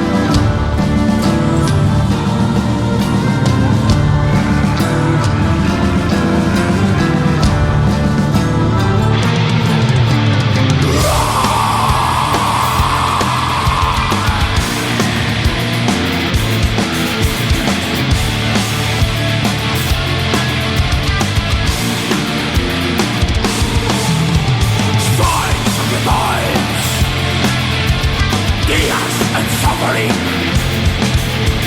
storms and black clouds dominate your cold sky. Darkness and light, darkness and light, cries of the great Savaoth. Darkness and light, darkness and light, hello, of the one who's coming.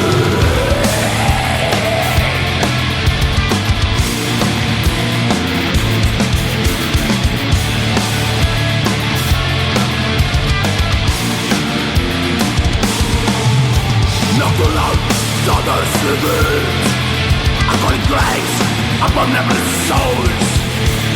Coral in creepers in ground, in your dreams, thoughts and desires.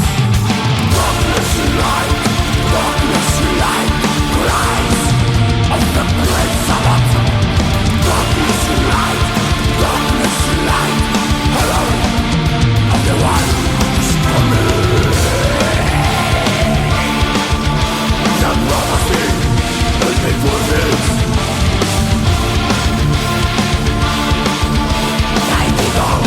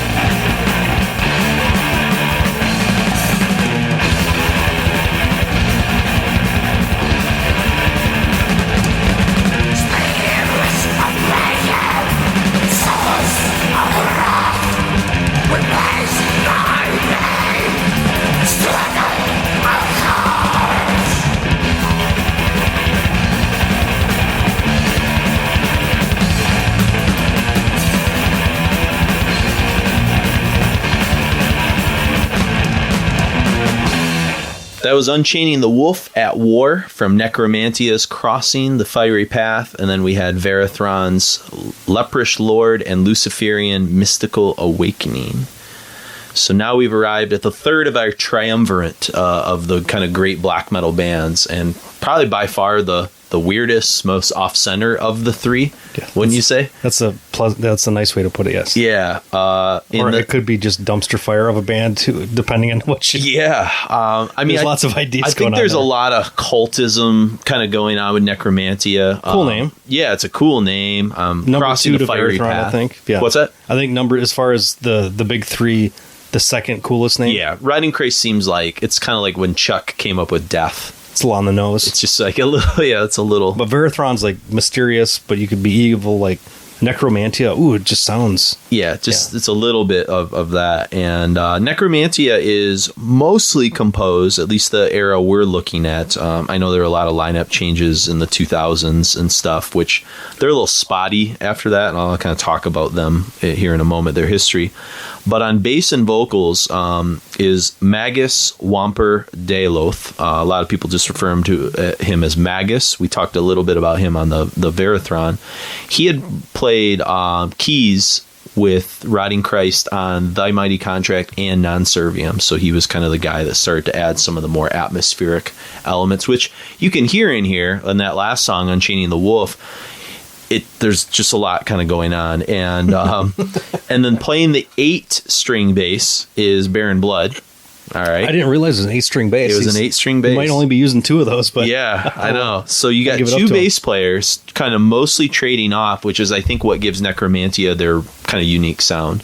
It's almost kind of approximates like 2 cellos or something, as opposed to like I mentioned off mic that like Ned's Atomic Despot is one of those bands that has, if anybody knows who they are, except for Albert Mudrin.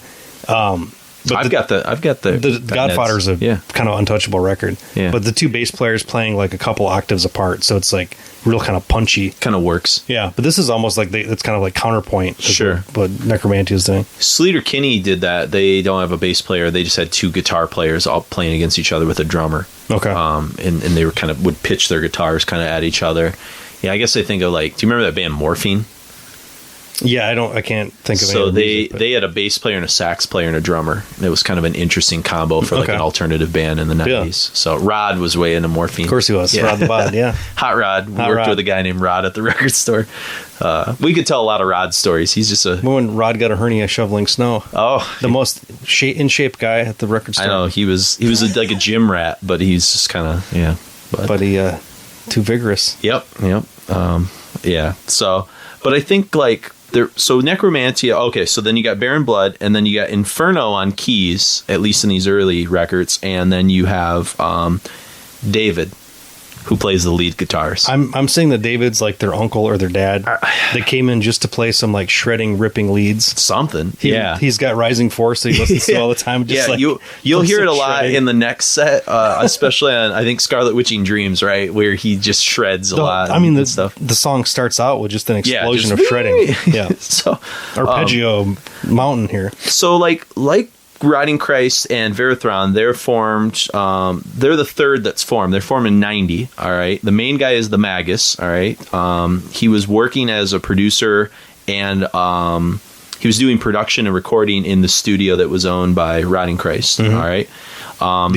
Basically the only game in town. Yeah, the Storm Studios. I think, for at least for most of shit. Yep. A lot of archaic occult overtones, with a lot of allusions, and this is what Mark was just kind of connecting to like old heavy metal. Mm-hmm. It's sort of like a weird kind of blend of like this, his vocals are so like acid. You mentioned like Isan kind of in some of the things he's doing, like so over the top kind of screaming and stuff. A lot of Bathoryisms kind of built into, like, obviously that's their kind of key thing. More Tiamat-isms. Yeah, some of that. The longer we go in this heavy metal journey, Tiamat is more one of the touchstone bands that I don't think gets enough credit for how much they changed everything. And I think Tiamat connected with a lot of the, like... Tiamat, I think, connected with this sort of Eastern Europe, like more of the, like... Yeah, I'd agree with that totally. That kind of stuff, right? Yeah. And I think it's because Tiamat kind of towed the line between like death metal and like occultish kind of some black metal elements. Yeah, especially the first couple, like what the hell's the first Jesus. Well, the stuff that they did prior to Treblinka. Yeah, Treblinka for sure. And then the first one before Astral Sleep. Sumerian Cry. Yeah. Yeah, there's a lot of black metal. And Astral Sleep's kind of like I don't think, like, after you hear that record and you hear a lot of, like, especially 30 years later, new bands, like, Tribulation wouldn't exist without some of those weird vibes that they have. Yeah. Like, nobody really got that atmosphere. Because they obviously weren't doing the Stockholm thing, and they're not doing the Gothenburg thing. Tiamat was like this third thing that, like, they might have almost been coming more like the Greek angle, where it's coming more out of heavy metal. Yeah. And they're trying to do, for whatever reason, do this. Maybe they couldn't play fast. Like PL had a drummer that didn't play fast, and that, like, kind of shaped their trajectory. So, like, all these limitations kind of. But I think that, like, that murky sound, I don't know, like, Varathron had that a little bit. I talked about the swampy sound, but this is, like, murky because of the two basses, I kind of wrote with, like, that tune that you get, like, the guitar bass interplay reminds me of the oppressive vampiric green tone that Typo Negative achieved, but done like lo-fi necro black metal.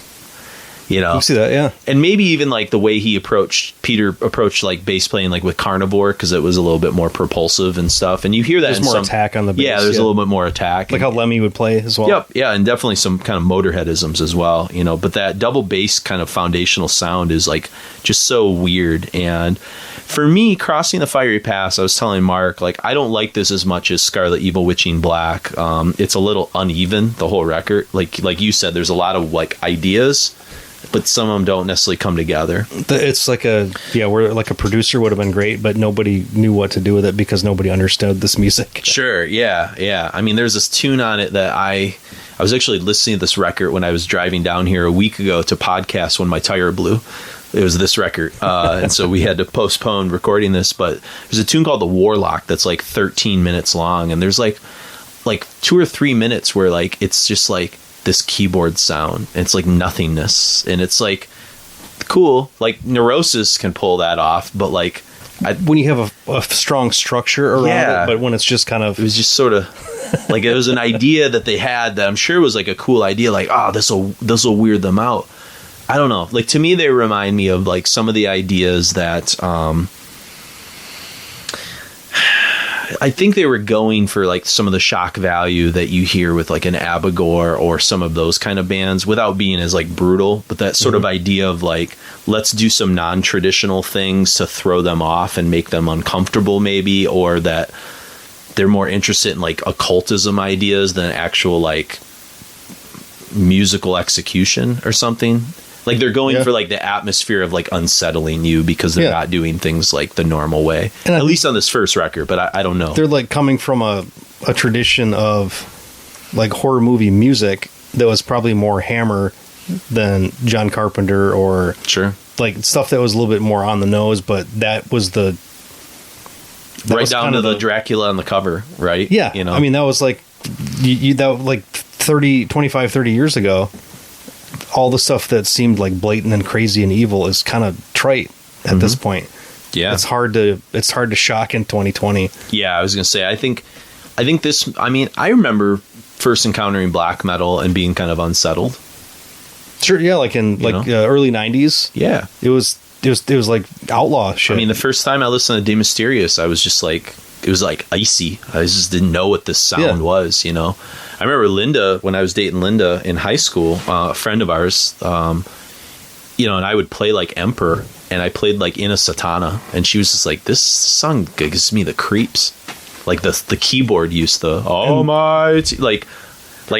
was fine at that point. It's like Omen soundtrack, boom. Yeah, perfect. Like, I guess I was fine with it because I kind of knew who they were at that point, but I guess if, out of context, when you encounter black metal for the first time at that era, like you're just sort of, it just weirds you out, a little bit. So I think that's it's really confrontational. Yeah, absolutely. And when you throw the visual with it back then too, because nothing looked like that. Like, who wore face paint except for Kiss and Alice Cooper? Yeah, and it wasn't King Diamond. Yeah, but nobody knew who that was really. Yep. Speaking of King Diamond, there's a lot of King Diamond isms in the arrangements for Necromantia. For sure, I can hear that. A lot of the which goes back to the kind of like the Hammer horror, Gothic horror, occult ghost story kind of stuff. Yeah. And the shredding, there's some Sherman isms for sure.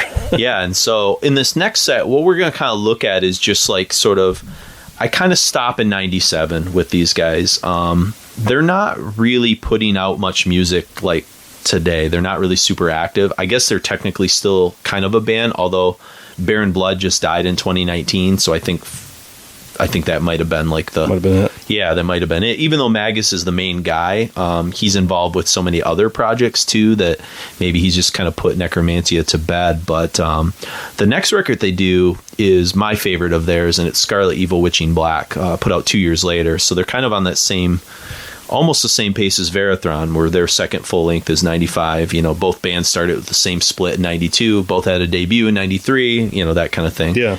Then they put out an EP they put out an EP in between these two called From the Past We Summoned Thee, and it's fine. I think some of those songs show up on Scarlet Evil Witching Black. But after Scarlet Evil Witching Black, they put out a really great EP called Ancient Pride in 97. Really fantastic. We're going to listen to the Manowar cover that comes from that. But that whole EP is like strong, and I feel like that's a good companion piece with Scarlet Evil Witching Black. Then they take a 3-year break, and then they put out, the last record I have from them is called 4 Malice. So it's, you know, like Led Zeppelin 4, Black Sabbath, you know, that kind of thing. And that was put out in 2000, and then it gets really spotty. The last full length was put out in 2007, and then it's really inconsistent with like splits and different things. But they haven't put out a full length in 12 years, so like might be it. Yeah, and then in November 2019, the band announced they're going to disband after their final EP, which is dedicated to the original 8-string bassist Baron Blood. And so they're going to put out one last thing in 2020, apparently.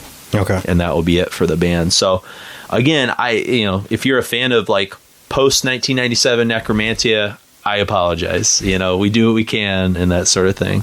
But with Scarlet Evil Witching Black, like, you know, you got a lot of improvement on the elements that we're sort of working on crossing, and it's just better produced. It's tighter. The tune Scarlet Witching Dreams is going to start with this just like, you know, awesome guitar kind of Yngwie stuff that you said, Rising Force. But even like the chorus in that song is like sing along, you know, Scarlet Witching Dream, da-da-da-da. You know, it's like they finally are getting their songwriting chops together a little bit for me. And then the second tune we're going to hear, also, I don't know if it's on this song, but in the album, they sample some Wagner. There's some like clean vocals. There's more use of synth. So I feel like they're kind of like understanding what elements they want to work with. Yeah. But the Serpent and the Pentagram, which is the second song we're going to play in this set, this one to me is a little bit more unsettling. And for, I think what they were trying to go for on that first record, it kind of works in this song. It's got like a real uneasy, I was kind of telling you, it reminded me of the debut of Ulver Bergtak, where like just like the clinginess in the background of the clean. Yeah, or like these like, remember how like in that opening song on Bergtak where like the rest of the song is propulsive and then there's just this like walking bass, boom, yeah, boom, boom, it kind of holds you back. Yeah, and it's just like really weird. There's like those kind of elements, and I think because they have the two basses, they can do that. So one's like propelling, and another's like doing some kind of other things. It's a real kind of like left of center black metal, the way that Ulver was kind of like odd, you know, that kind of thing. But also mixed in with a lot of like really great catchiness that Bathory had, right? So they're like drawing in that kind of pool a little bit. Yeah, the Bloodfire Death pool. For sure. And then we're going to close out with the Manowar tune. Just the bass slide and the chorus, fucking classic Gene Simmons, boom, boom. It's just like awesome. The solo's fucking great, right? Yeah. I mean, do you want to hear my beat poetry? One word. Here's my breakdown for the three songs. Yeah. Shred, keys, Absu. Ooh. Okay. It's got a weird, because Absu's kind of like Absu would pompous and shreddy. They would shred a little King bit. Diamond-y. Yeah. Then King Diamond. Okay. Feel and arrangement. Yes. Symphonic, gothic, pompous, emperor, weird, desperate, strange, arrangements and shredding. Could have said it better myself. let's end on that. So we're gonna wrap up with Necromantia. Then we're gonna kind of start to explore the vast, what for a lot of people that's where their knowledge of Greek black metal sort Would you of say ends. the pagan vastlands, or Yeah, well, we're going to enter the pagan fears and Yes. the vastlands. Yes.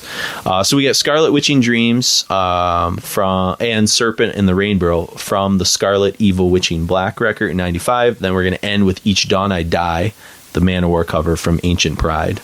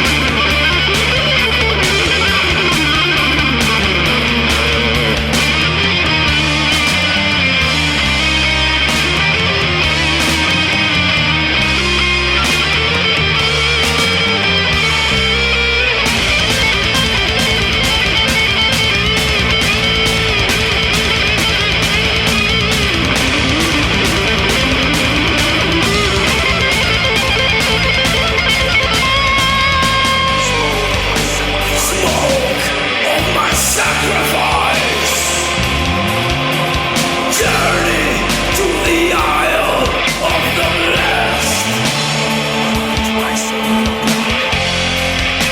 Grant my soul your glory. At night time on your death, only I know why it's don't I die.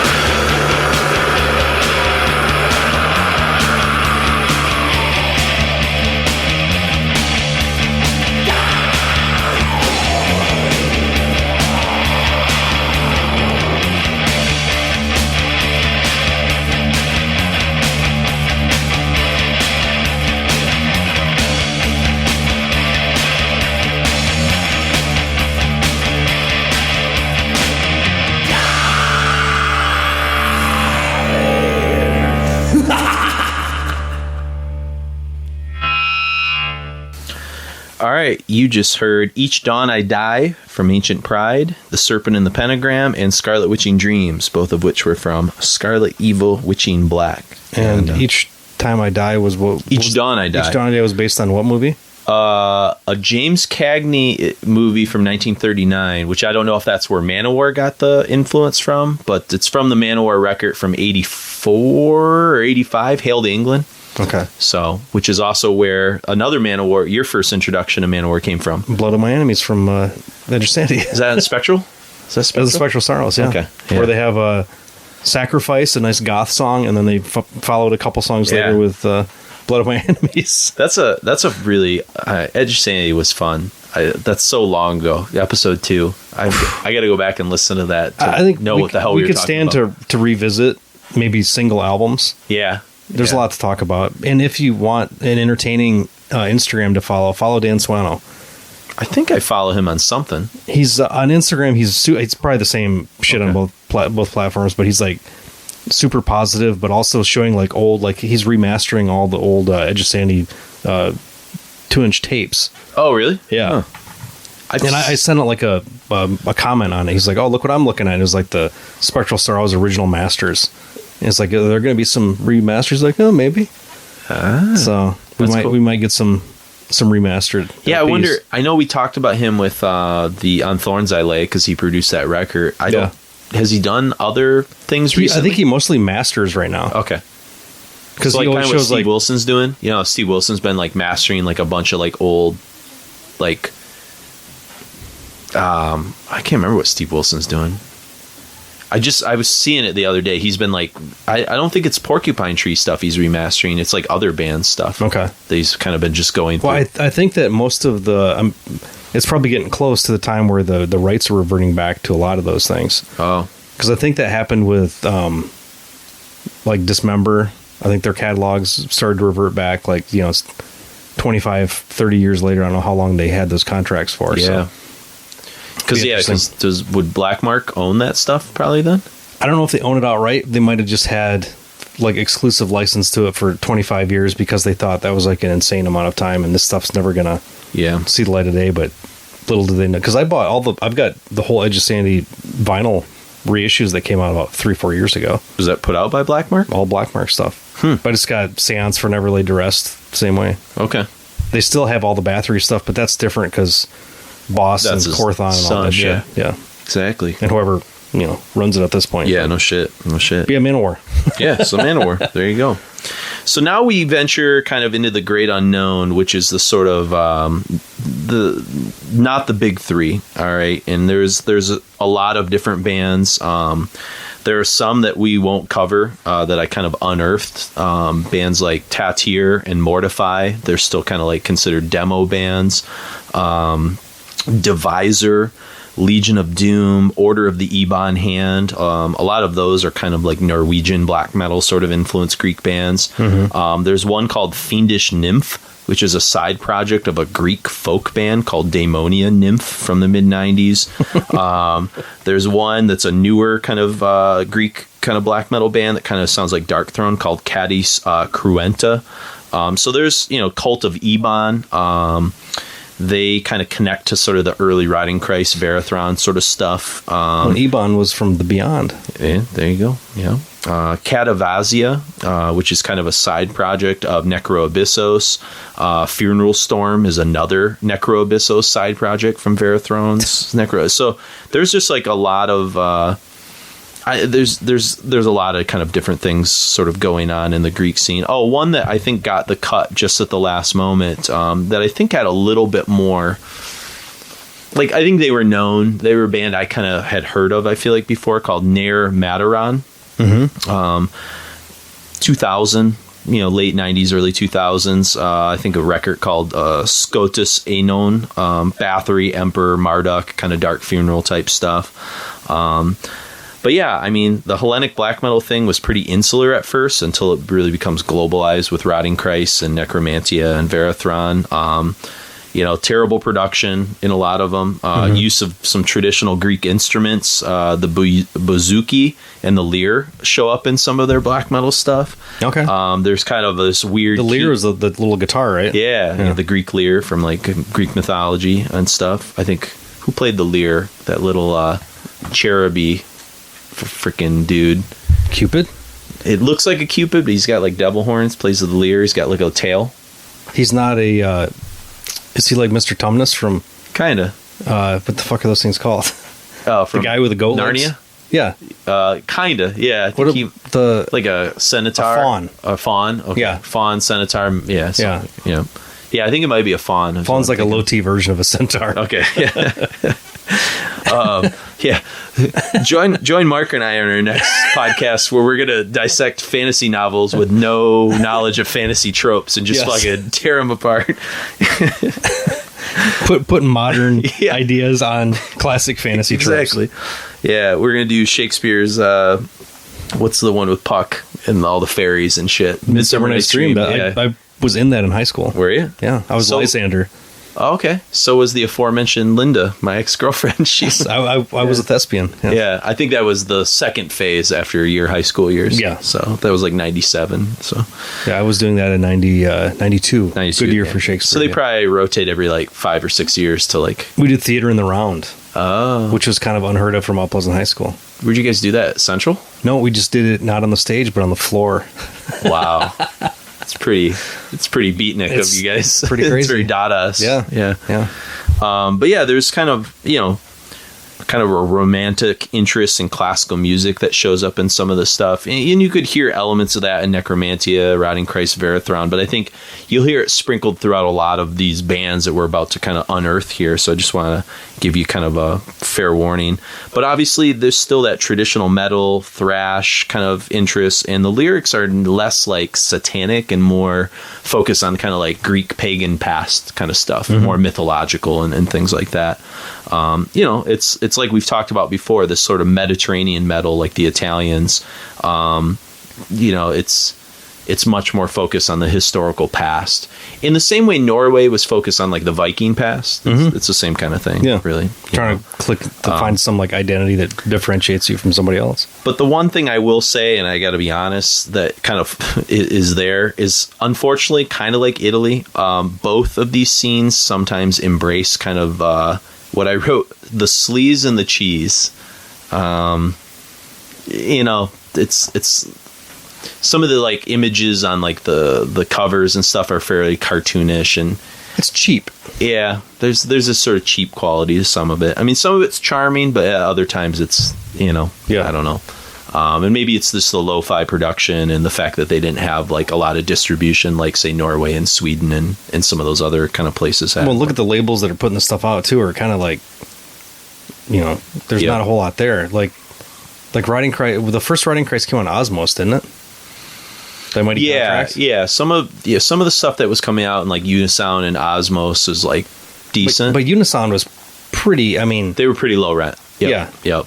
I mean, they didn't get anywhere until like 96. We actually did an ad. I just pulled out some of the archives. I did an ad for Unisound that had Walpurgisnacht and a bunch of other crap in it. But yeah, I think it had something else we're going to talk about. Legion Fields, which we talked. Yep. But yeah, that was they however small the scene was at the time, they reached out to us. Who printed, at that point, we maybe printed 400, 500 copies. Or no, at that point, you guys were probably up higher about than that. 1,000. Yeah. Okay. But I don't know how many of those were actually distributed, how many we threw away, and it was. I guess just carry them around. Well, I know Necromantia. Some of their stuff was put out by Osmos as well.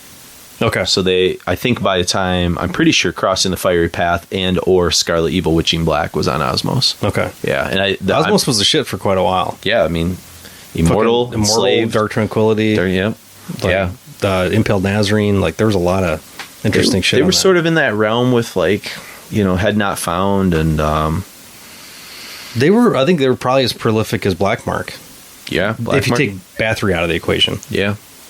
But I mean, Marduk was on there. Yeah, they had a more diverse kind of catalog than Black Mark did. Black Mark had like a core 5 or 6 awesome bands that you turn to, but and then some turds, and then yeah.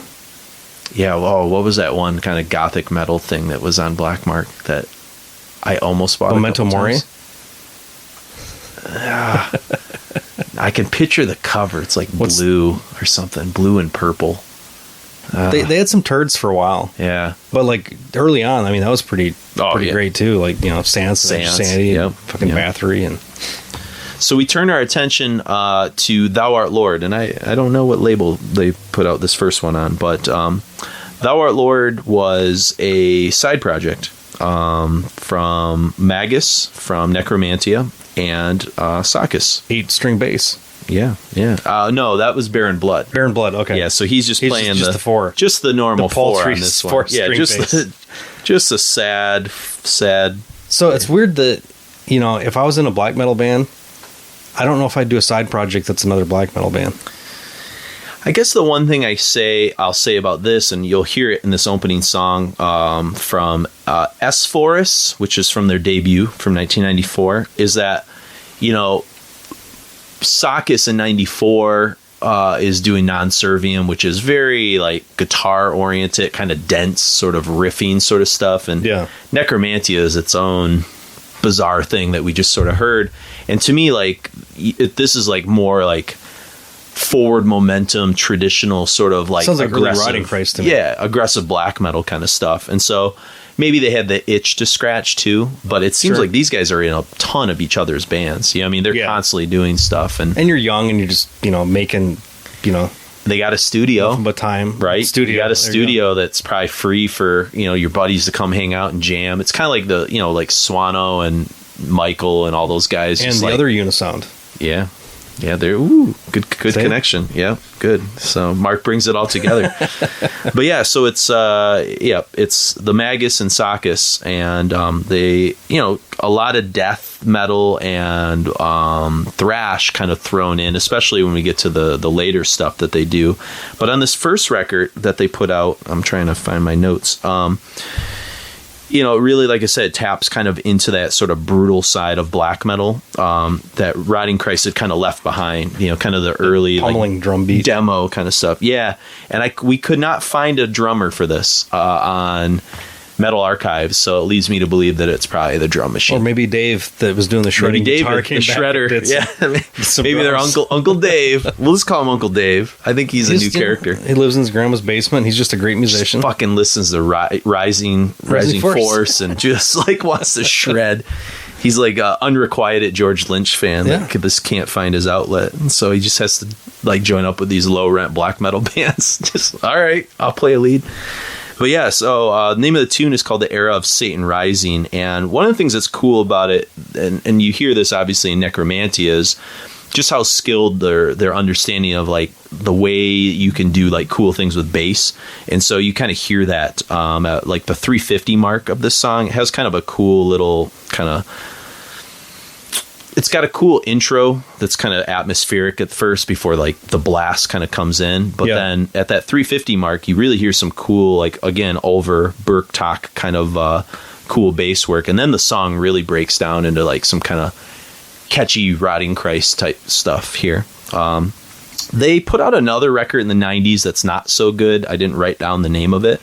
And then you skip ahead into the 2000s, And they put out a record called Orgia Daemonicum, and that's where they really start to like bring in like thrash and sort of groove stuff. It even has like early Pyogenesis feel to it, and Mark hasn't heard that stuff, but I just for time's sake I couldn't fit that in, and so what I did is I just sort of skipped full ahead until more of their recent output, and we go to 2013 in a record called The Regal Pulse of Lucifer. Very good title. Yeah. And never would have thought of putting those words together. I know. Kind of a weird. And that's, black metal. Yeah. ESL. Yep. And on that record, we're not playing it, but there's a tune called Fire and Blood where they do kind of a metal version of Game of Thrones theme, which is pretty fun. So that's the Targaryen Bible, the Maester's history is the Fire and Blood. You got it. Yeah. And that was 2013, so that was like right at the start. That's before the series ended and everybody got sad. Well, 2013, I mean, that was like season 1, season 2. Is it? Yeah, I mean, the series ended in, 2018, 2019? 2018. Yeah, so it was probably season 2. So it was like right when the hype was kind of starting to build. But these guys were deeper into it because they'd been reading. Yeah, they fantasy. Once again, Mark and I's fantasy podcast. You're welcome. I did start reading Dune, finally. Really? It's wonderful. I've heard it's great. I would highly recommend it. Okay. I haven't read a lot of fiction lately, so it's... I don't usually either. I can't get into it. Usually everything on my shelves is all nonfiction. Yeah. But it's... Not to go off too much on it, but it's so well written that it's one of those things that it's like The Shining. You know the jokes before, or not the jokes, but you know the beats of the movie before you've even seen it because of all the cultural reference. Like really? That might be one of the most influential sci-fi books of the last century. I know people that love it. You know what I mean? It's like diehards who are obviously pretty annoyed with the movie. Yeah. You know? But it does have the potential to be I think the Denis Villeneuve thing will be good. Yeah, it could be. Yeah. So I'm not holding, but it's nice to just find something old that I finally got into at 45 that I should have got into when I was 12. Next up is the Wheels of Time stuff that Chris was always Robert into. Jordan. Yeah. There's too much. There's it's like just 13 books. I know. It's too much for me. There's 3 original trilogy books of Dune. From Dune? That's it? Okay. Okay. That's good. So put on to... Yeah, but yes, there's our fantasy. Yeah, I think, what's the last fantasy book I read? Probably some Tolkien shit back in like college when like Silmarillion, we were all into that stuff. Yeah, I don't really typically read it, but this is more, it's like, you can see how much was George Lucas pulled from this too. Okay. It's kind of insane how much he pulled from it. So like Kurosawa, Joseph Campbell, Dune. Those 3, I think. Yeah. Frank Herbert, right? Yep. Yeah. So there you go. When was Dune written? I think 65. Okay. So a couple years after like, so it was after like Martian Chronicles and all the H.G. Wells and yeah, definitely. Arthur C. Clarke, I think they were contemporaries, but that stuff was different. This was like this is like Game of Thrones meets Star Wars. Okay. Yeah. Yeah. Like political intrigue, world building, and just kind of like set piece mythology. It's pretty interesting. Yeah, we've kind of hot mess watched the movie a few times in pieces, and I got it on Blu-ray. Do you have it now? Okay, we watched it. I've had it for quite a while. Okay, it's not good. No, but it's interesting knowing David Lynch's the rest of it, like how much the De Laurentiis had their fingers in it.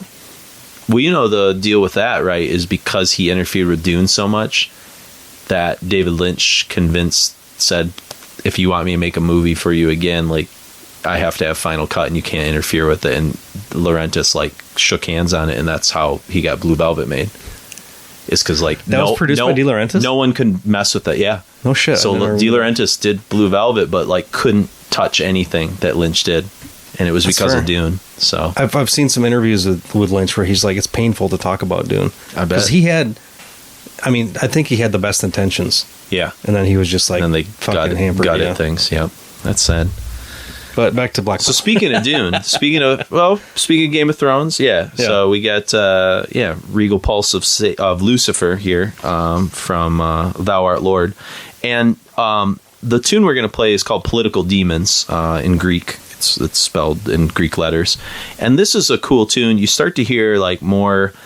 Magus is doing kind of Tom G. Warrior-esque vocals, and then you really get like this song reminded me of an R Noir tune. That was the first band that kind of came to me. It was like would you say Metallica if like Kerry King was like was playing guitar or something like that. Yeah, it's like this hyper thrash kind of blackened kind of thing going on, but still it's got the Hellenic like Rotting Christy kind of moments in it at times.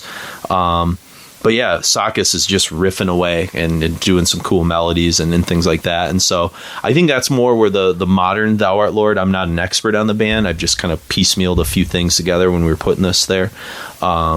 It's I think it's more in this direction that you hear on like the Regal Pulse of Lucifer. So if you like that kind of stuff, they've done since then, looking at their discography really quick, because it's a side project, they don't put stuff out very often. Their most recent thing, that was their last full length, and then they've put some like a split out in 2015. They put out some type of a box set, so I don't even know if they're still like active. It says they're active, so good for them. But it's probably just something with a couple friends getting together and doing that. And then we're gonna end with a tune from a band called Zemil. I don't know if I'm pronouncing it right. Something or other incorporated, like Laverne and Shirley. Yes, Shamil, yeah. I like to take us off. I'm glad that we just got a Laverne and Shirley. I like it. I like to go Dune to Laverne and Shirley. Yes. That's the range of my personality. Well done.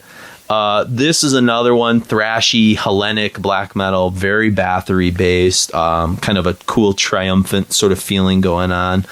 The tune we're going to play, March of Giants. What did I say about this one? I thought I had some notes on it. Did you have any notes on March of Giants? I put Bathory through Tormentor vocals. Ooh. Chimes, exclamation point. Chamber music, gothic horror. Okay. Yeah, I think that's that nails it. These guys I don't know much about. I didn't write too much down. A lot of the bands had like members of this band and that band with them. Yeah. I don't know if these guys did. I don't think. What's the date on this album? These guys are 2006. So, and I have this record in Momentum, and then I think I have the one that's like right after it. And they're both really like just good listens. It's not anything like super mind-blowing, but when I was kind of putting together like various lists of like what are the best bands, they kept sort of showing up. They're an Athens band. Now they're in Australia, and then Germany, and now they're back to Athens. So they've sort of skipped around. Just one guy? It's a one-man band. Okay. So Archon Vorskoth, and he's in Alpha Centauri. He was in Varathron. Ooh, interesting. I didn't write that down. I don't know what he did in. Well, we got to start the episode over then. Yeah. Oh, damn it. All right, try again. No, it's. I'm wondering. He's not in them anymore. Past members. I gotta find this guy out. Huh. Yeah. I don't know. He doesn't even show up in there, but it says he was in them at one point. So. Who knows? But yeah, so that's a one-man band, and it kind of sounds like a one-man band when you kind of listen to it. It's very singular and stuff. But definitely, I think the Bathory stuff is pretty cool. Oh, he went by Vorskoth in Varathron, so I think he was there kind of early on. I think that's the title he sort of took was Vorskoth, so maybe that's why I can't find him.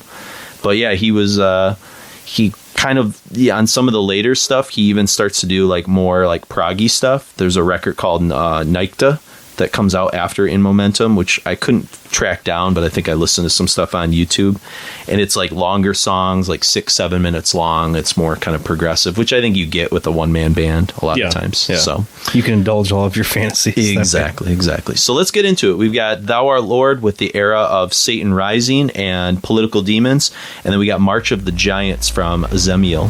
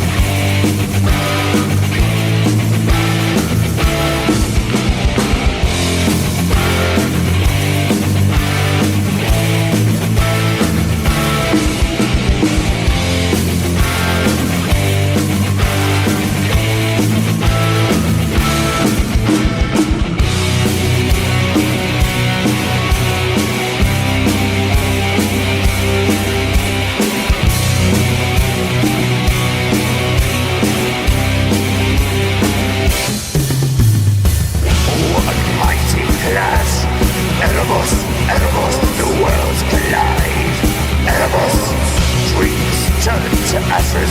Animals, animals, the fighting goes on, and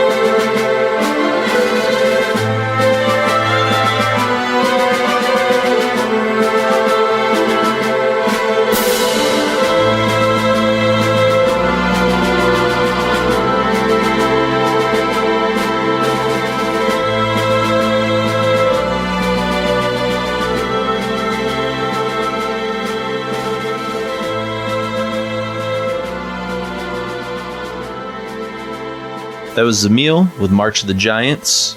Thou Art Lord with Political Demons. Thou Art Lord with Era of Satan Rising. And Haas and Pfeffer Incorporated. Oh, shit. Yeah, here we go.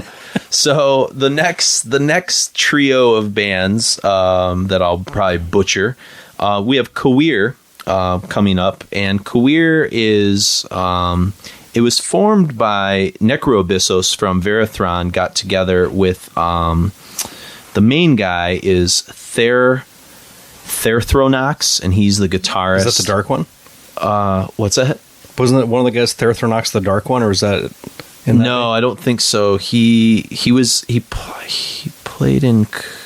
He was actually in Zamil at one point. I just saw that on his list, which is the last band we listened to. So, no, he's the bass player, did guitars, and I think he does some of the vocals as well. So I think he's the main guy. I don't know if Necroabyssos is even there by the time we get to the record we're going to play off. No. So I think he helped get the band started.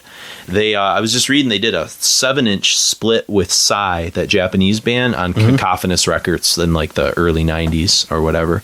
So they've been around for a while. They put out a promo in 93, and then they didn't really put out a full length till 97, 98, and 99. And I think those records don't get great ratings. So I think they were just kind of part of that late 90s glut of black metal that I think you and I kind of skipped a lot of that. Yeah, there's a lot of it. But then they kind of really get their shit together in the late 2000s. 2008, they put out a pretty great record. And then the record we're going to sort of draw from is one of their better ones in 2012, which is Isotheus, which means godlike.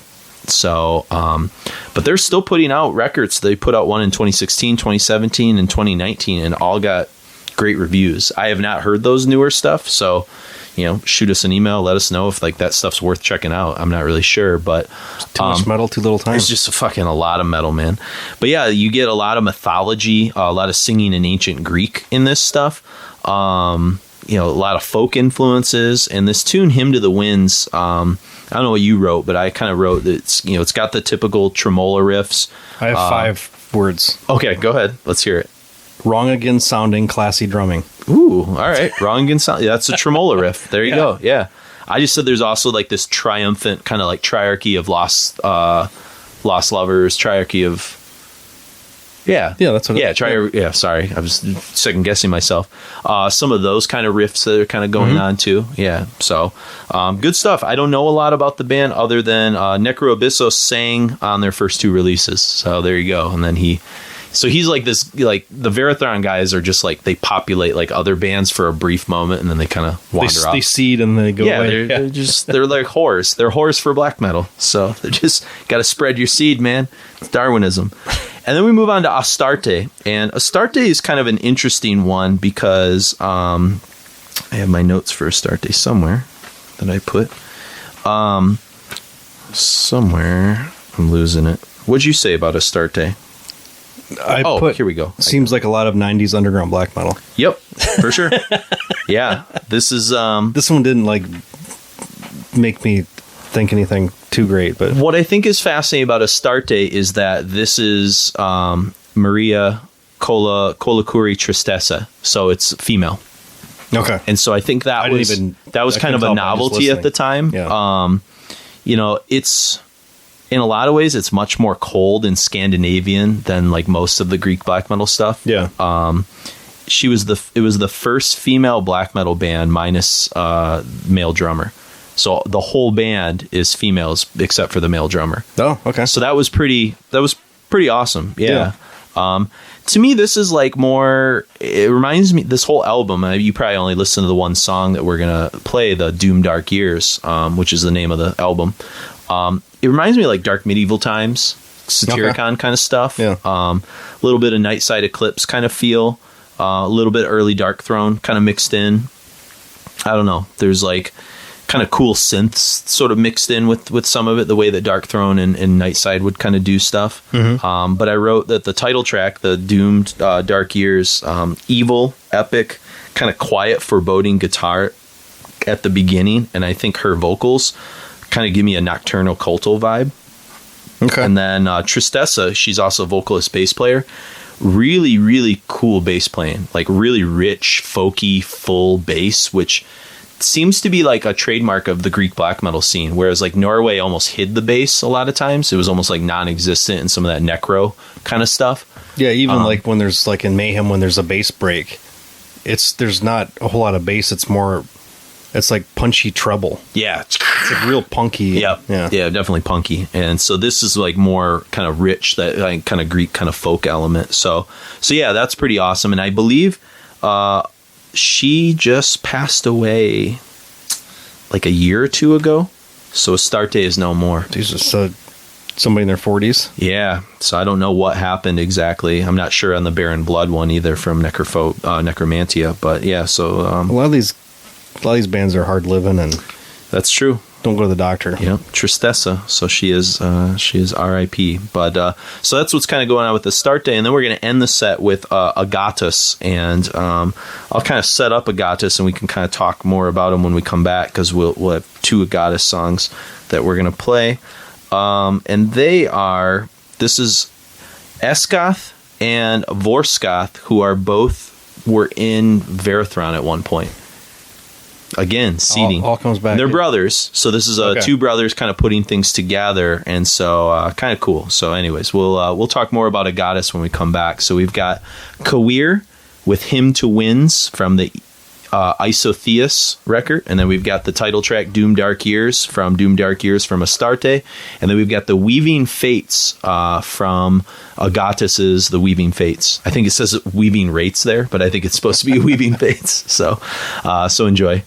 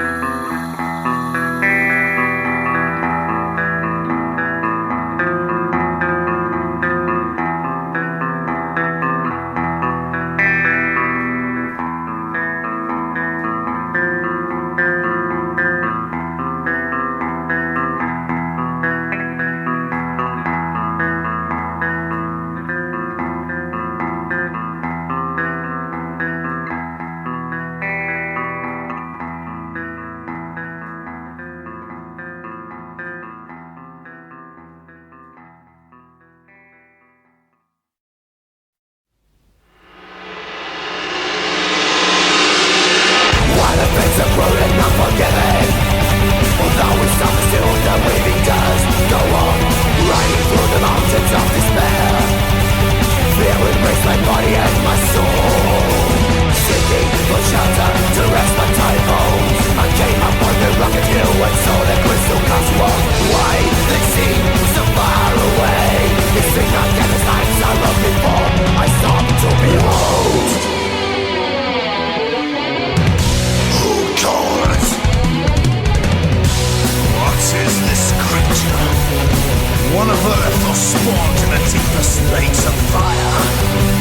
In fear I wonder if I dream, and will it end?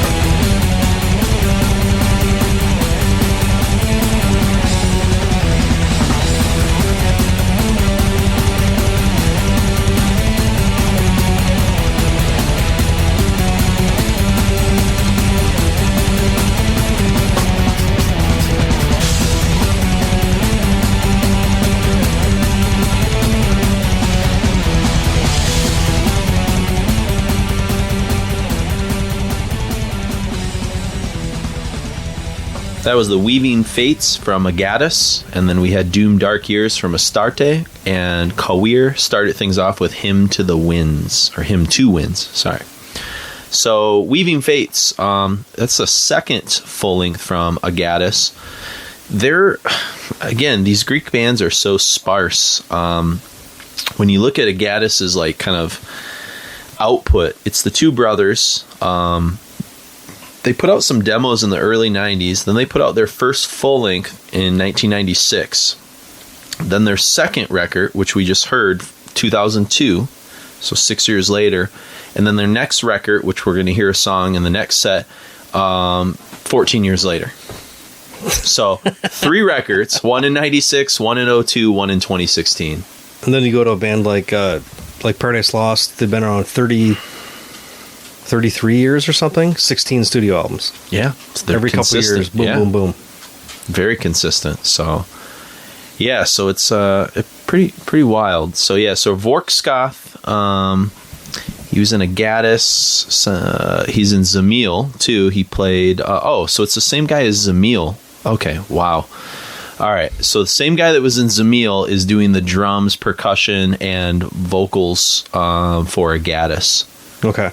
And he's the brother of Eskarth, the Dark One. That's the Dark One. Yeah, he's the other guy in Agatus. And he was also in Zamil, playing the guitars for Zamil.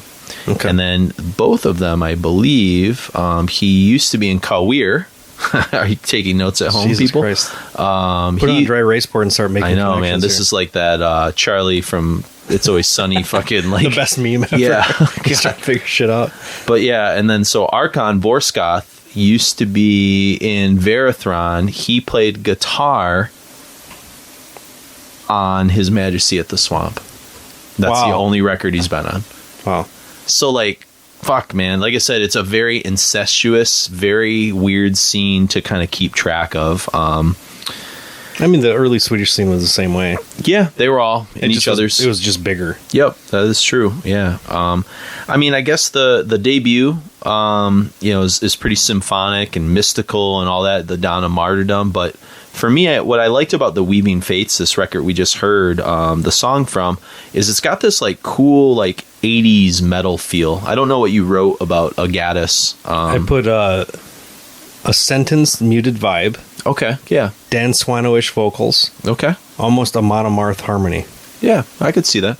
Especially which is basically hard heavy metal harmonies. Yeah, which is, I think that's more like the next song that we're going to play from their 2016 record called The Invisible. The Eternalists. I'm sorry. The song we're going to listen to, I think, is The Invisible. Hang on. Let me double check. There's a lot of scrambling going on. Yeah, The Eternalists is put out in 2016, and the tune we'll hear from it, The Invisible, Fifth Portal to Atlantis. Triumphant, galloping, staccato riffs. That's probably where the Amon Amarth kind of sentence kind of thing comes from for sure. Yep, I could pick up on that. And they're a band that's like writing a lot, just the title there, Fifth Portal to Atlantis. So they're trying to draw on some like Greek mythology and some of that kind of stuff as well. But the whole album's great. I've got both these records, The Weaving Fates and The Eternalists, and they're like solid from start to finish. These are just a couple short tunes I wanted to sort of throw in just to expose the band. Yeah. But you can't kind of go wrong. So, and then we're going to go from The Invisible into a pair of tunes from a band called Macabre Omen. And again, a band that sort of got its start in the early 90s with some demos. And they started with, I believe it was a full length. I'm going to look it up real quick just in case, called Ancient Returns. And I'm trying to remember when that came out. Macabre Omen. Here we go. There's a lot of bands to sort of cycle through here. And they put out these demos in the early 90s, but they never actually release a debut until 2005. One of those. Yeah. So those stories. And their demos have good ratings. Some of them, they do a couple splits and things like that in the late 90s. But yeah, it's not until 2005 with a record called The Ancient Returns that they finally put out, kind of their first debut. And then, again, here we go. See the pattern. Ancient Returns comes out in 2005. Next record, 10 years later, Gods at War. So, they're founded in 94. They're from the island of Rhodes, which is where the Colossus of Rhodes. No shit. Yeah, okay. So it's kind of cool. But, so I think they're more kind of separated. I don't think they're incestuously, like, connected to the other bands. They're currently on Van Records. I don't know, the German label. I think Van put out some stuff that we talked about in the German 3-parter that we did with Chris. Okay. Yeah, Chapel of Disease is on Van. Okay, more contemporary label. Yeah, so they're, and I have both these records that they put out in the 2000s. They're both pretty solid. Their whole thing is they're kind of into like more the sort of Viking kind of Bathory meets like sort of the Greek style a little bit more.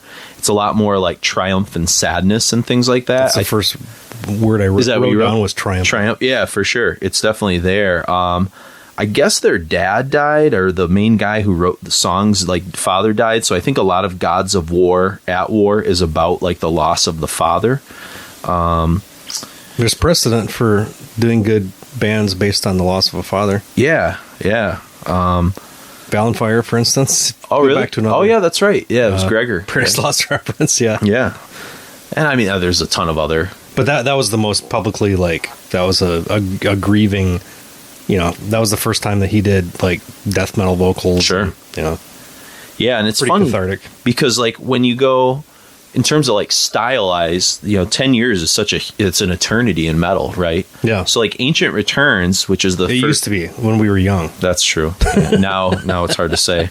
Now it's like, I don't know. When you tell me like 1995 was 25 years ago, I go.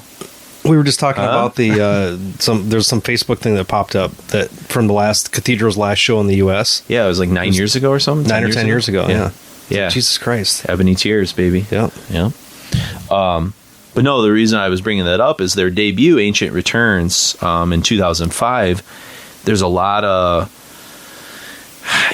more like kind of Burzum kind of style black metal here on this tune, and Ode to Road that we're going to play. It's kind of got like a older Bathory enslaved kind of merging with kind of Burzum blackened atmosphere. I mean, you've got kind of those cascading like acoustic passages that you hear in a lot of like Bloodfire Death kind of Bathory. Yeah. And then you fast forward 10 years to the second tune we're going to hear from the Gods at War record in 2015 called Hellenists Do Not Fight Like Heroes. Heroes Fight Like Hellenists, which is kind of a cool title.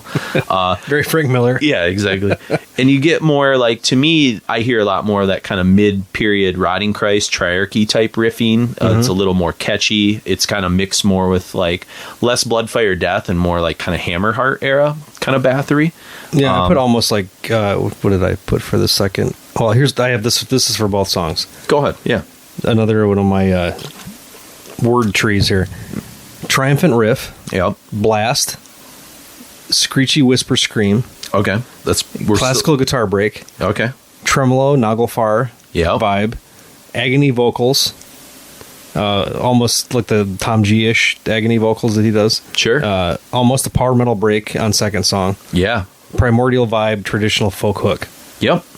Yeah. And I mean, just from the title, Hellenists do not fight like heroes. Heroes fight like Hellenists. It's like a reference to like Greek battle.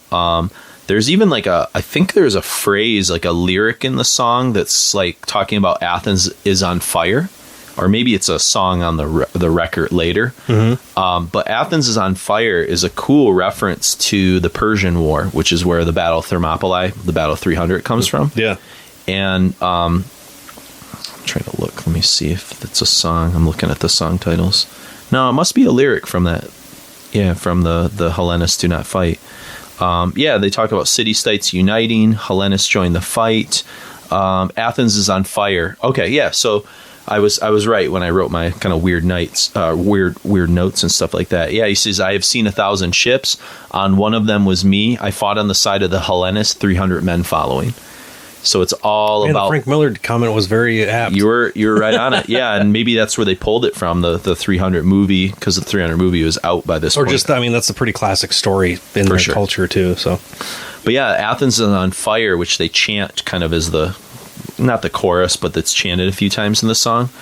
What happens is when the Persians invade it, the first place, that's where like the Battle of Marathon is the first. That's where the term marathon comes from, because there was a scout who saw the Persians coming and ran 26.2 miles back to Athens to like gather the forces. And when he got there, is that what a marathon is? 26.2. Wow, I never. And so you run in honor, because he died. He collapsed dead from exhaustion. It was like a Paul Revere type kind of run. Like the Persians are coming. The Persians are coming. So the British are coming. Or the dude from Game of Thrones that ran all the way back to.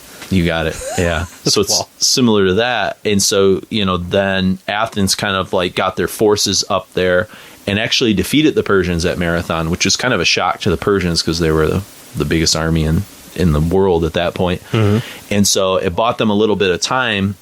So then they started evacuating Athens, the citizens did. And one of the things that they did that was smart is they knew that the Persians were away from home and sort of lacking resources. So what they did is they burnt their entire city to the ground, killed all their farm animals, and then retreated into the countryside. So that when the Persians invaded, expecting to find food sources and things like that, they found nothing. Wow. And from there, that's where they kind of go further south, and that's where the Spartan 300 trapped them in Thermopylae and stuff. So it didn't go so well for the Persians there for several phases of that war. Yeah. But yeah, so that's a song all about that. And to me, it's got that same kind of Viking-esque kind of feeling. that you get from Enslaved or Amon Amarth, right? Where it's instead of the Norse heritage, we're supplanting it with kind of Greek heritage and glory to the past and stuff like that. There's even a mouth harp on it, kind of like Yggdrasil. Yeah, from Frost. So that was a staple in the music class when I was in elementary school. Was the mouth harp? Well, they called it a juice harp back then. Oh yeah, the juice harp mouth harp. Yep, I remember that. So we've got a trio of tunes here, and then we'll kind of be back for one of our last couple of talk sets here. We've got a Gaddis, the Invisible, fifth portal to Atlantis from the Eternalist. Then we've got a pair of Macabre Omen tunes, first from 2005. We have an Ode to Road, The Ancient Returns. And then we have Hellenists Do Not Fight Like Heroes, Heroes Fight Like Hellenists from the Gods at War album.